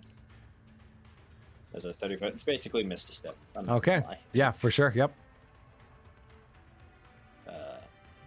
Where did he then- go? Yeah, so for what he looks like, shadows consume him. He kind of disappears, almost disassembles in the shadows. Shadows regather around behind him. With its glaive in his hand, he's going to take an attack Okay. Go ahead and make an attack roll against this thing. with Booming Blade. All right. Disadvantage. Yep. 8 misses, unfortunately. Misses. Damn. Yeah, sure, why not? We're about to long rest. I'll spend my hero's action. Hero's on the action. Make another attack. 13. 13 just hits. All right. I hit him for 9 slashing. Cool. 9 slashing. That'll hit. And Booming Blade. So he has this energy left over on him. The last time he moved with that on him, it exploded Okay. and dealt damage. So if he moves anywhere again, he takes damage. Gotcha. All right. Mm, mm. After that is going to be Leon. Oh, actually, can I do one more thing? Yeah, sure. What are you going to do? I'll back up another 5 feet. Okay, cool. All 'Cause right. If he gets within range again, it means I get another op attack. Okay, cool. Leon. Yeah, I'm gonna pop out. Nemesis program activated. Leon. Pop out from the tree. Leon. Bam, bam. Does a 19 hit? 19 does hit. Yes. 15 damage. And I pop back behind the tree. Okay, so you hit this one over here, the green one? 16 damage, yep. Okay, yeah, you kill it straight. Fucking magic stone, dude. What the fuck is sharpshooter? Magic Oh, Stone Sugar Dark Trigger is Wildman. so good. Bro, It's so what the good. fuck is that? It's definitely a low level combo, but it's Yeah, it's still a good combo. Yeah, it's pretty decent. Yeah, you just go walk behind a tree, throw it. You see the gremlin turns to you like, what? And just dies as its head's caved in by a rock. Okay. It is Hemlock's turn. Hemlock is still poisoned and prone. He's just gonna stay there. Neve is, yeah, Neve is up. Neve will go by. Neve needs to make a con save first. That's a 17. Passes. We'll do a greatsword attack with advantage. We'll rain down this greatsword onto this creature. That is a 23 for 16 points of damage, as this creature is also dead. Nice. By the way, those of you who are poisoned will be poisoned for an hour. So it does not Was go. I right in guessing the poison was what caused him to fall? Yes. Okay. Yeah. Yeah. Right, If you combat's ended. Yep, combat's ended. If you move more than half your movement for an hour, you will fall prone. So you need to stay put for an hour. Well, I'm right next to this guy, thankfully. If I'm Okay. greedy, I'm gonna loot his body. Hell yeah. Okay. You guys loot his body. Let me go ahead and pull up the rando stuff. Random item. I found a really good treasure table that I really like. Nice. Okay. Remember, why do the D100 chart for the wild magic when there's a D10,000? Okay. So let me change the music real quick. Has anybody ever looked Tense at that? loading. No, I haven't heard of that. Yeah, the D10,000. Like, I think one of the things is like a pickup truck shows up. Oh It's my like, what the god. fuck? That's funny.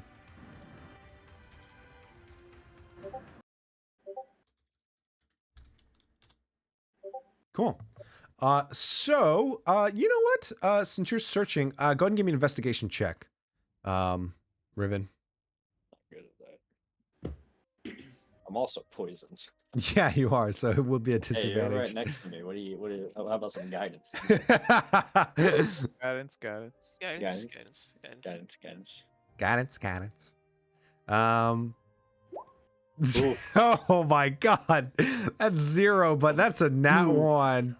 Oh, Yeah, you don't find anything. You're like so drunk, like you're just like, oh god, you're just like you reek of just jet fuel at the moment, just straight fucking up, just Riven bends down to search his corpse and he just falls. Yeah. He's like, take a seat. yeah. He looks at each bodies and he gives a small slurry prayer to each of the deaths. And then just sits back down. Okay, cool. And I'm done.